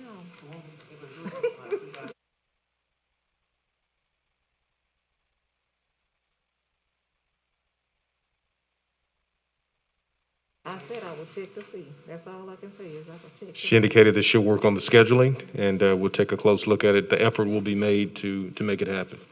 Thank you, I appreciate I that. have a question. This workshop, do you want this workshop to be on body cameras and software? Because this is about body cameras and software and nothing else. If we are doing a workshop, this workshop will be on body cameras and software, because this item is on body cameras and software, period. I think the request of most trustees that was expressed this Will this evening. item, do you want this workshop to be on body cameras and I'm software? trying to answer your question, Madam President. So I think the request of most trustees, including mine, this evening was that the workshop be on the topics previously agreed upon at our last police function workshop. And we can find that in the minutes. I can find that in the minutes. I will volunteer to find that in the minutes tonight and send that to you. You do that. Yes, ma'am. Thank you. Please I vote. second trustee Song. What about That wasn't a motion, that was just a comment. Thank you. Well, I was just echoing it. Thank you, trustee Song. Trustee Dygard? I'll restate what the committee's charge was last time, and maybe that'll give some clarity. And I don't know, can I refine my motion Ms. McBride, or is it too late for that? We're already in the discussion. So your motion has been seconded and we're already in the discussion, so it Okay. belongs to the body. So So if you I want to didn't- make an amendment to your motion. I didn't set specificity in my amendment as to topics. I said on police function, if I recall correctly. Did I specify police function, whoever's taking minutes? Or did I just say think you just workshop? said workshop, yeah. I didn't write down your motion, I'm sorry, trustee Dygard. Can I said police function? So, yeah, I said police function, not specific parts of police function. So do you want to amend your motion to postpone? No, so I guess I want clarity that if my motion was for police function, does that limit it to specific topics of police function, or can we generally have a workshop on police function on what the administration would like to share with us? Your motion was about police function, so I didn't hear any limiting language. Okay. Do you want to limit it I at don't this want to time? limit Okay. it. Thank you. Please vote.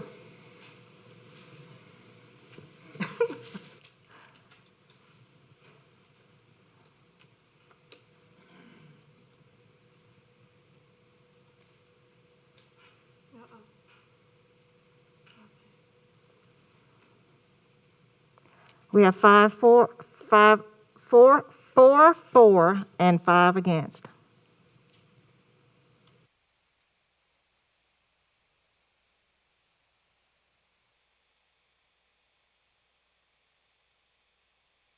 Any further discussion?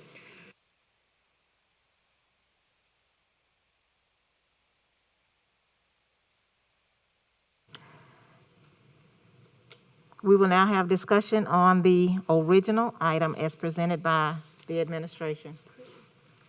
Trustee Cruz. I move that we, I'm not sure about the language. I move that we approve 1 year of this contract. Is there a second? Is that sufficient? Second. We have a move by trustee Cruz and a second by trustee Song for 1 year. Any discussion? And if I can clarify that motion, and Ms. Licata, correct me if I'm wrong, because I want to make sure it's clear for the record. What you're actually doing, trustee Cruz, is you're amending the administration's recommendation. Instead of it being a 4-year term or 1 year with 4-year renewals, you just want to do a term of 1 year. So they would be amending the administration's recommendation. And it was my understanding that you said that that was doable.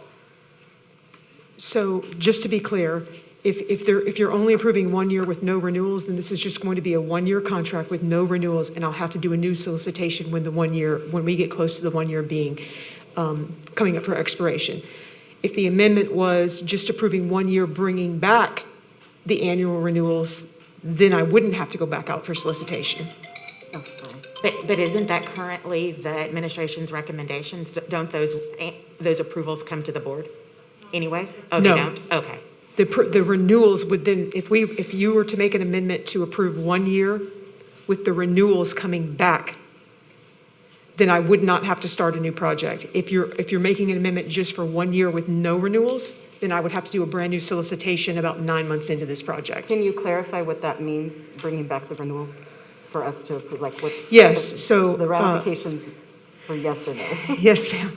So if you were making an amendment, it would be to approve 1 year and then bring back the 4 renewals upon expiration of the first year. So if you approved it today, it would come back to you a year from now at September's meeting.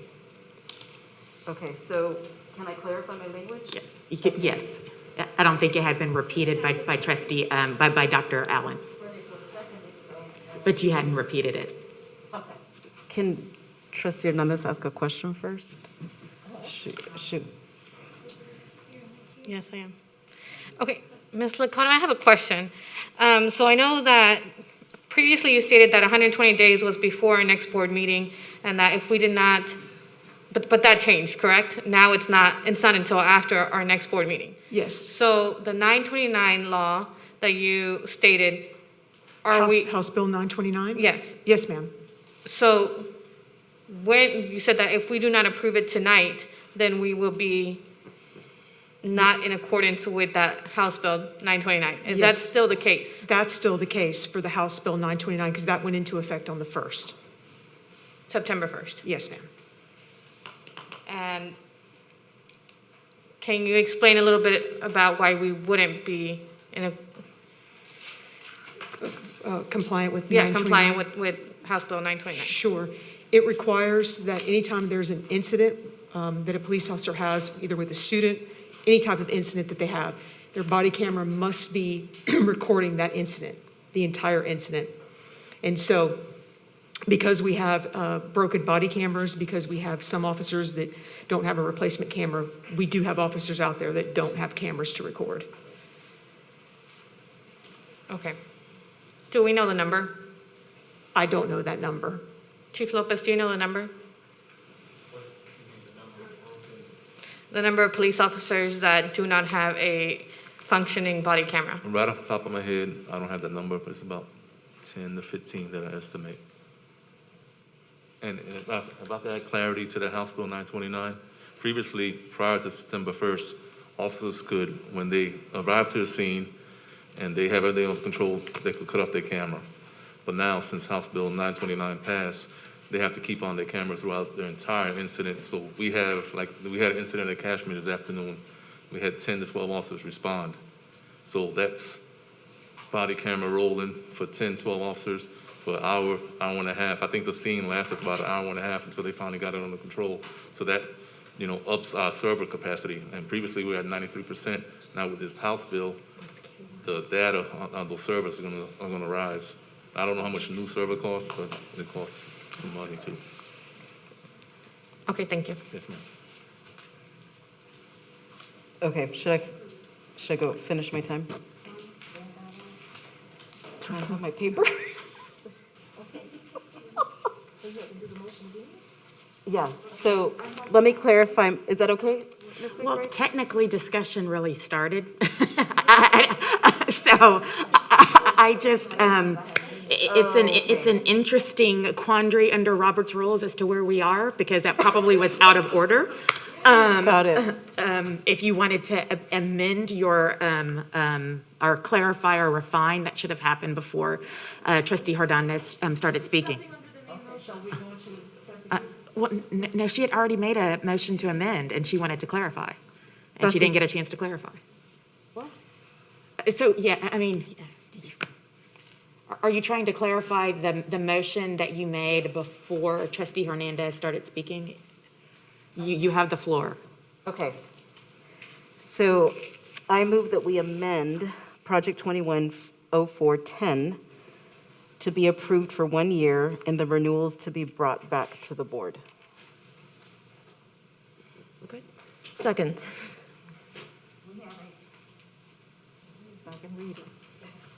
We have a motion by trustee Cruz and a second by trustee Sung to move that we amend the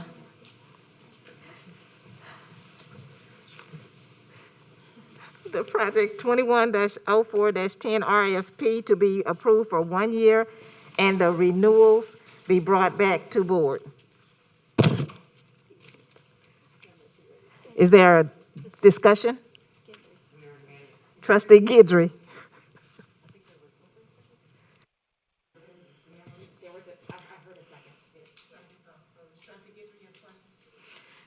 Yeah, Superintendent House, if we only approve for 1 year, are we in danger of a price increase when it comes back to us in the next years? I would think that possibility exists. Ms. Legata would probably be the better mind to answer that question, but I would think that possibility definitely would exist. Yes, sir. The superintendent is correct. But where we are right now, we're locked into that amount for the 5 years. So, with any contract that we bring, to you, the price could fluctuate through the renewals. Okay. So, Okay. Thank you. yes, ma'am. Trustee Flynn Villasecca. Okay, so another way of saying that would be that there's not a guaranteed fixed price for the next 5 years. That's correct. Okay, thank you. Trustee Nygaard. Could the board please be sent a copy of that new House bill for a reference? Yes, Thank you. we will get that to everyone. I'm in the queue, y'all. Trustee Santos. Thank you. I just want to ask for a point of clarification. So we're spending 400. How much was it? The price tag? My point is this: we're spending about 70% more than other school districts nationwide and other police departments for what we bid on with the software and cameras. I mean, just a quick Google search, like Trustee Blueford Daniels recommended, it's $100 for the most expensive body cam. And I mean, even if we had iPhones on our police officers strapped onto them with cell phone service, it would still be cheaper than what we're paying. But I Googled quickly other police departments, and we're pretty much paying an outrageous cost already. So I just think that point was moot about it. How much will we be paying in the future? Again, this trustee, we put our money where our values are. And that's why I don't know if I can vote for this. Thank you. I want to interject one item if possible, Madam President. As I've indicated, I supervise a police department at one point as a COO in one of the nation's largest school districts. This was considered a maintenance item. If we made a commitment to bring on a police department, I think we have to look at those maintenance items and either stay behind the police department or look at, and don't take this the wrong way, police department, or look at whether we want to have a police department or not. And it's a difficult task. In my last school system, we contracted with the sheriff's department so we either support it and support the needs from a maintenance standpoint, or we don't. One or the other. And I think that's the bottom line. This is a maintenance piece that I think is being drawn out way too long. So that's just my 10 cents. This is maintenance.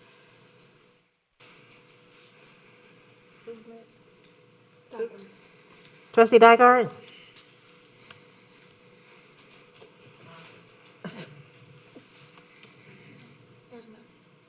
Trustee Hernandez. Thank you. I do support body cameras on police, and especially HISD police. I do think that we need to look at it further. I'm not sure where we left off on scheduling a workshop. Did we vote for a workshop already? I thought the motion. No, we did not. But that was combined with. That failed, that's this. Sue had a workshop in her thing, but it failed. Correct. That motion, I thought that motion failed in the. But it was a combined motion. Correct. Would I be able to make a motion just for the workshop, that it is actually scheduled?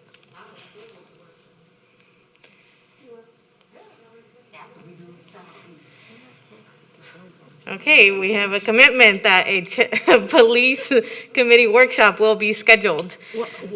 Well, you're not posted to actually study, to vote on a police No, that's committee. why, no. There's a commitment that one will be scheduled.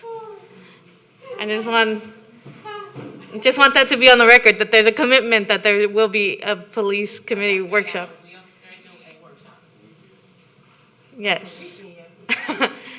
I'll be there on the weekend. Thank you. Okay, if there are no more comments, we need to vote on whether we can have 1 year and with. Yes. Please vote. I'm in the queue. I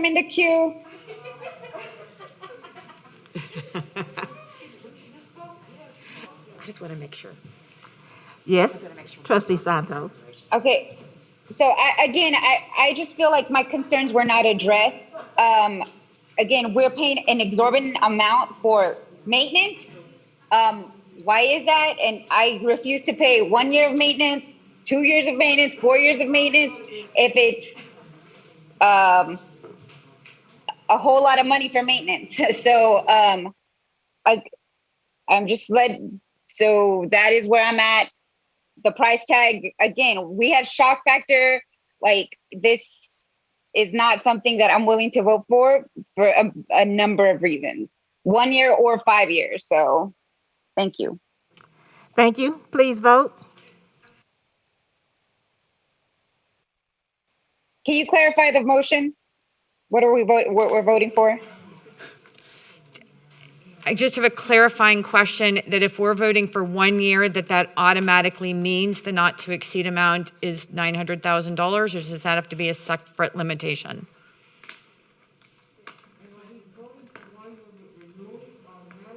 The motion is for renewals. Ms. Legato, would you clarify, please? Ms. Legato is going to clarify for us. Thank you. Yes, so I do believe that you would need to assign a dollar amount, and I want to say just one thing about the dollar amount. The reason we bring you board items with a not to exceed for the full term is in 1 year, in year one, especially with this, because it is sort of a startup, right? It's a brand new software. There are going to be startup costs to this. So there's going to be implementation fees. That's why we bring you the 5-year spin. So we may spend, if you were voting on the full $4.5 million, we may spend 1.2 in the first year, but then when we get to the end of the contract, it wouldn't exceed 4.5. So even though it does average out to $900,000 a year, if you just do a straight divide it by 5 years, I would encourage you to bump that number up to cover the cost of the startup fees that he may incur in year one. But you would need to assign a dollar amount to year one. And then we would bring back the renewals for whatever the remaining is. So if you approve it for 1.5 million, we would bring you back $3 million for the remaining renewals. So what do you need for 1 year? Trustee Bluefer Daniels.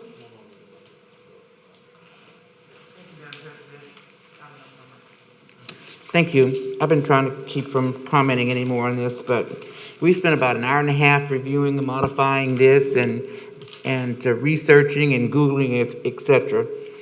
Let's use some of that energy to talk about Fleming not having books or having books dated 1984. Let's concentrate that effort on those types of conversations like we've used for this last hour and a half, or Fleming not having drums and not having saxophones, all the equipment being broke for those kids that are feeding into a magnet program. Let's use that energy for that as opposed to modifying contracts. Trustee Dygard. I asked my question, I just wanted to know how much they needed for year one, if that mattered for trustee Cruz's amendment or anybody's decision in this.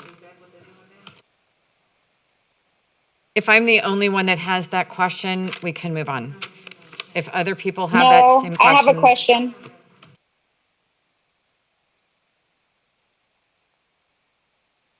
I'm in the queue. I'm going to call the question.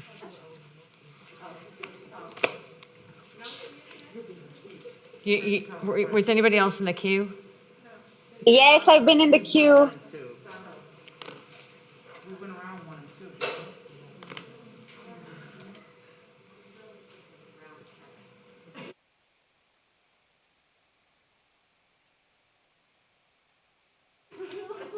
Trustee Santos. Okay, so again, I feel it is my duty as the steward of taxpayer dollars to say, okay, let me just give you $1 billion just in case we might go over this the first year, might not. I mean, again, this is why that workshop is so important. So we know what our values and the direction we're going. I don't do just in case. Taxpayer dollars are something that I honor. So again, when we have like Trustee Bluford Daniels says, Fleming and Waltrip that came up here tonight, not having basic school uniforms or the money to actually fix their instruments or having instruments. And I'm spending this much money and we can't keep our kids safe. I just can't do this without having a robust conversation. This is irresponsible of this board to move forward with an item that we don't have the clarification that we as a board need. So thank you. Thank and you. I would like Okay, clarification on that first year. I would like clarification on how much that first year would be and why.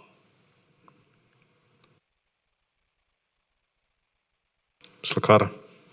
So it would be $900,000, so it would be the 4.5 divided by 5, so it would be $900,000 for the for year one, and then each additional year.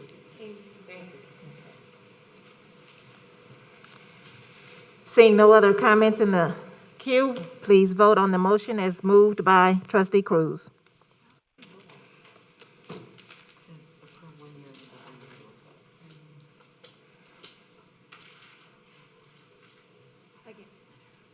We have 8 for, and 1 against. Next, we have consideration to accept the balance of today's agenda. What we do? We've amended the administration's recommendation. Now we need to approve the whole thing, the project as amended. We approve the amendment. Please vote to approve the project as amended.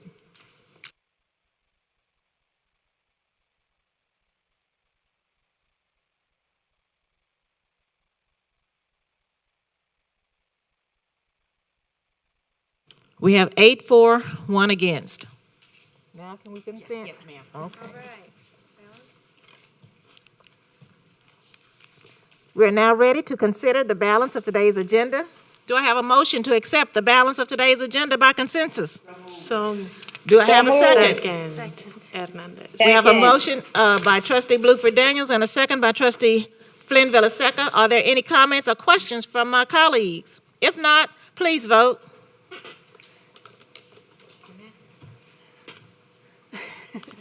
We have 9 for and 0 against.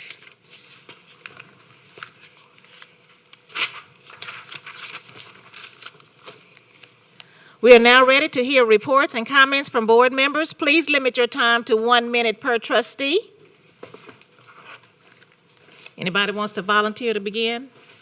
Trustee Dygard, Trustee Song? Yes. We never get to go home this early. Right? I'm gonna be really, really quick. So first, reflecting on the conversation we just had and some observations, when we try and when we're on different sides of an issue and we work together to try and find a solution and meet in the middle somehow, we do good work. And I'd like us to think about that. I'm gonna think about that when I go home. How do we use this conversation we just had as an example of how do we not just keep restating our own positions, but how do we find compromises that are a win-win for our district? We just did it. It took us a very long time to get there. I want to thank our students earlier tonight, if any of them are still paying attention, for their very thoughtful comments on engagement. And also the comment about college access support for students that may not have that support at home or may not be part of Emerge. And also the families that came and spoke about the education of their children and their expectations of us. I hear you. And I also did not get in my thank you to administration on progress monitoring. I only got in about the board. And I thank you all. I think we're continuing to improve in that process, and I appreciate it. Thank you. Trustee Santos? Thank you, President Allen. I just want to give a huge, huge shout out to Student Congress and every student that came out here and spoke up. Continue to raise your voices and don't keep holding us accountable and to what we say and what we do and how we vote. To the parents tonight, it just made me so excited to have parents that speak a language other than English here tonight. It was awesome. That's what we're about. We want all community stakeholders to come in and engage with us, and it was really exciting. To the parents, students, teachers, everyone out there, please stay safe. And last but not least, happy Hispanic Heritage Month. All right, y'all stay safe. Trustee Blueford Daniels? Thank you, Madam President. I want to say first, welcome back to the students and teachers to 2021 school year. I know it's still starting off very, very interesting, but we're going to work with what we can, what we have. We don't know what norm is anymore, and I want to just say it's excited to be back. This is my first, since I've been on the board, my first back to school event. So that's why I was a little bit excited about going out to some of the schools. Last year, obviously, we had COVID, so we couldn't go out there and do that. So I got a little anxious going to some of the schools, but I want to say thank you to the principal at Wesley Elementary School, Superintendent House, thank you for inviting us. Trustee Guidry, thank you for the invite to over to your school. I appreciate that. Again, I was so excited. I was going from school to school to school, all different parts of town. Miss Adams at North Forest, I want to thank her for her hospitality when I went over there. Miss Love at Forest Brook Middle School. And I ask you all, as we sit here and sometimes I know we get a little petty, but pray for our neighbors in Louisiana. And a lot of those students, I had family that came in, Trustee Guidry had a lot of family that came in that we've had to entertain and try and occupy and accommodate. And because of the severity of what went on with the storm, a lot of those kids are going to end up in our schools. That's something that we have to focus on. How we're going to open our arms and prepare with wraparound specialists, et cetera, make modifications to be able to accept them. So that's what we need to be concentrating on, the big picture. And I know we all get a little petty sometimes, especially me, but that's what's important. And that showed us how things can happen so quickly. It went from Louisiana to the East Coast. My time is up already? Okay. So I just want to say thank you to Ms. Bruce at Fleming and all the people that are offering the vaccination sites. Get vaccinated, get vaccinated, get vaccinated. Thank you. Trustee Cruz? Otra vez gracias a los padres y tutores que estuvieron con nosotros hoy esta noche y especialmente gracias a los estudiantes que toman el tiempo para venir y hablar con nosotros y reconozco que es un sacrificio de tiempo y espero que nosotros podamos hacer todo lo posible para que podamos escuchar sus voces. And for those of you that didn't understand, now you know how it feels to sit in a meeting where you don't understand what is being said, and parents that came tonight did not understand the meeting that they were sitting in. So I urge this board and this administration to think about providing interpretation services at every single meeting. Thank you. Trustee Allen? I want to give a shout out to my fellow board members. We spend a lot of time up here. We fight for our causes. We get a little upset every now and then, but I want to give a shout out to my board members because we work for free. We don't get a salary. We've had lots of letters telling us about how much money we make and we work for them. But I want you all to know that you all are stand up, and I know how much passion you have for your areas, not just Trustee Blueford Daniels with her District 2, but even though we may not call it, I know how much passion we have for our areas. I know how hard we work. I know you have jobs. I might not have one, but I know you all have jobs. But I want to say hooty hoo to the board members. Thank you. Trustee Flynn Villaseca. Thank you so much, Dr. Allen and Sue and Trustee Dygard also for the kudos. I also want to join in on the celebration. It's hard work. Sometimes the discussions are hard, but we come to a compromise and we're collaborating, and I think that it's evident that we do care and that we care about our communities and we care about our taxpayers' money. We take great care in all of the different agenda items that are presented to us. So I appreciate that. I want to also welcome students and staff back to school year 21-22. Here we are. And I know it's important for our kids to be back in the classrooms, and I'm excited that we have so many students back with us. I also wanted to remind the community that because we're back in school, that the school zones out there, we need to slow down. We have our cross guards that are protecting our students, and we have our police officers also, but just be aware that school's back into full session. We need to be respectful of the school zones. Also, open house season as well. Lots of them are moving virtual, but stay abreast of the information that your local school, community school is putting out there to participate. Also wanted to remind the community that we have Listen and Learn town halls going on with Superintendent House in each of our respective communities. I know that I'm going to be making plans to not only join the one in Sharpstown, but also some of my colleagues across the district as well. And I look forward to having those conversations alongside Superintendent House. Let's see here, students. I also thank you for coming out to voice your concerns and to participate and sharing your student voice and for what it is that you stand for and some different concerns that are happening across the schools along with the community members. I do want to also say Happy Hispanic Heritage Month.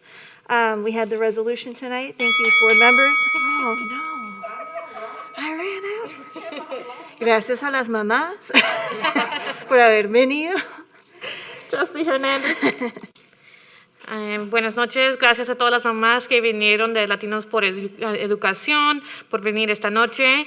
Thank you, StuCon, and all of the students that were here. Happy Hispanic Heritage Month. And thank you, Mr. House. I want to say that I think that the discussion today brings in a bigger picture that we need to be able to understand the budget. We, as in the board members, need to understand the budget on a much deeper level, and I think that the budget process needs to start a lot earlier, and I think that would help a lot with our board meetings in the future. Thank you. Trustee Guidry. Thank you, President Allen. And I just want to say, first of all, thanks to the students and the community members that came out to speak tonight. We do appreciate hearing from you guys. Thank you, Trustee Bluford Daniels, for requesting prayers for our family and friends over in Louisiana.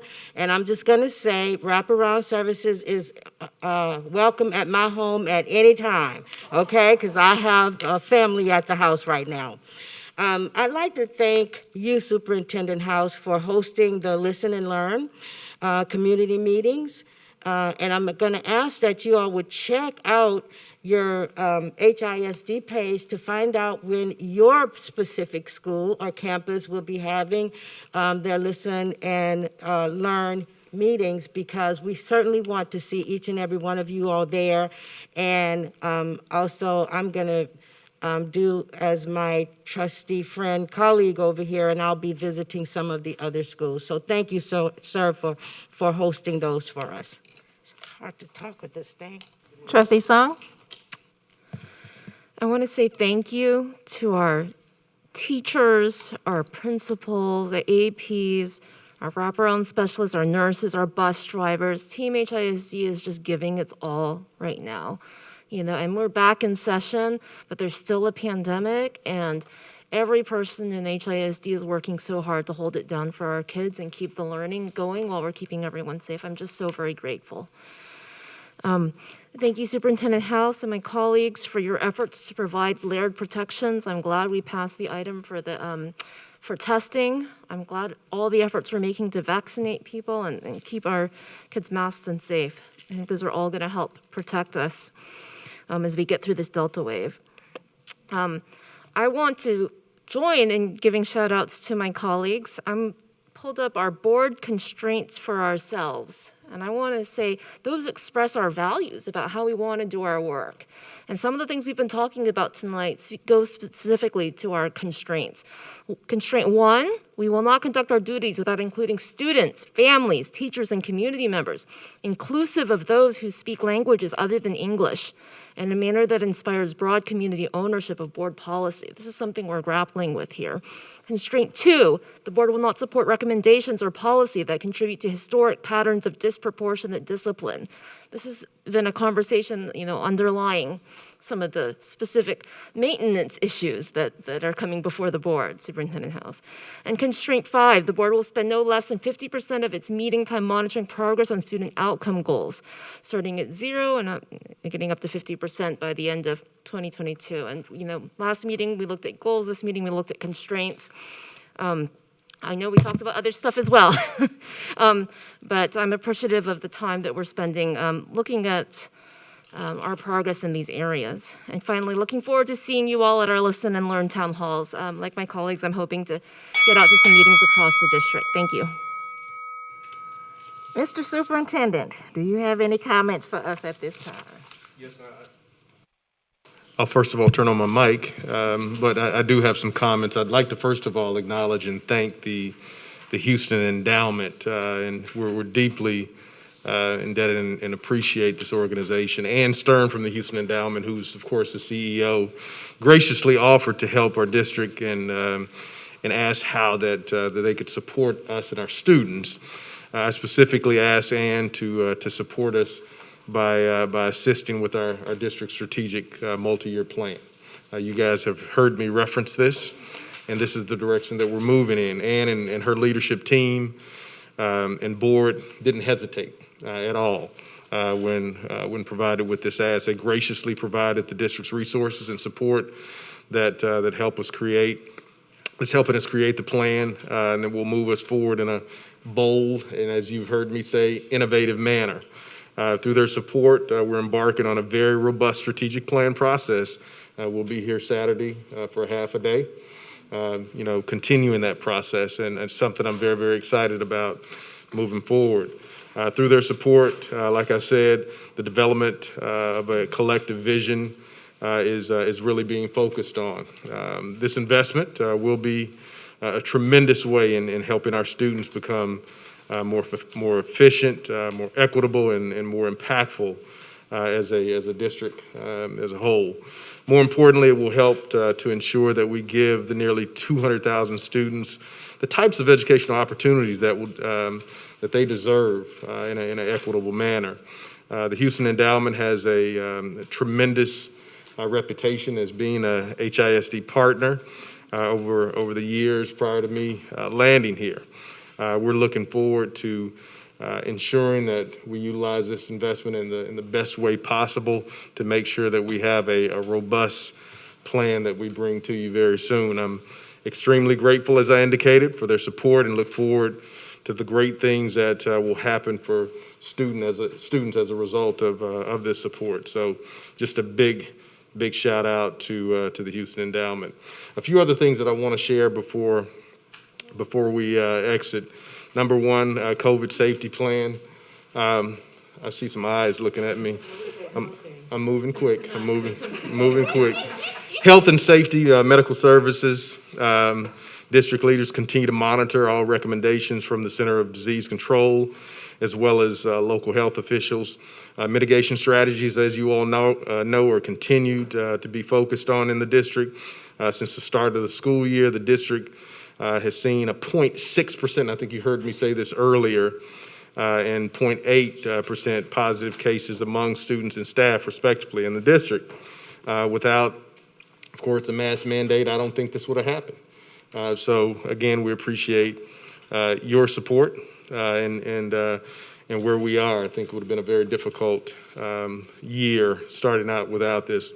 Without regular COVID-19 screen testing determination when students could have become infected is a challenge. COVID-19 vaccination clinics will be hosted on September the 18th and September 22nd at the Hattie Mae White ESC. Staffing also, school nurses vacancies is a daily focus. As you know, I think 22 is the number which is where we are. 22, 24, somewhere right in there. Teacher vacancies. I know we've talked a little bit about it. We know we have some folks that are deployed out there. Just wanted to provide you with an update. Currently, we have 294, so the number is going in the right direction. We will have some leveling that will happen in the weeks to come. We're projecting about 30 teachers. We'll balance that out to us having about 264 vacancies when it's all said and done after that leveling.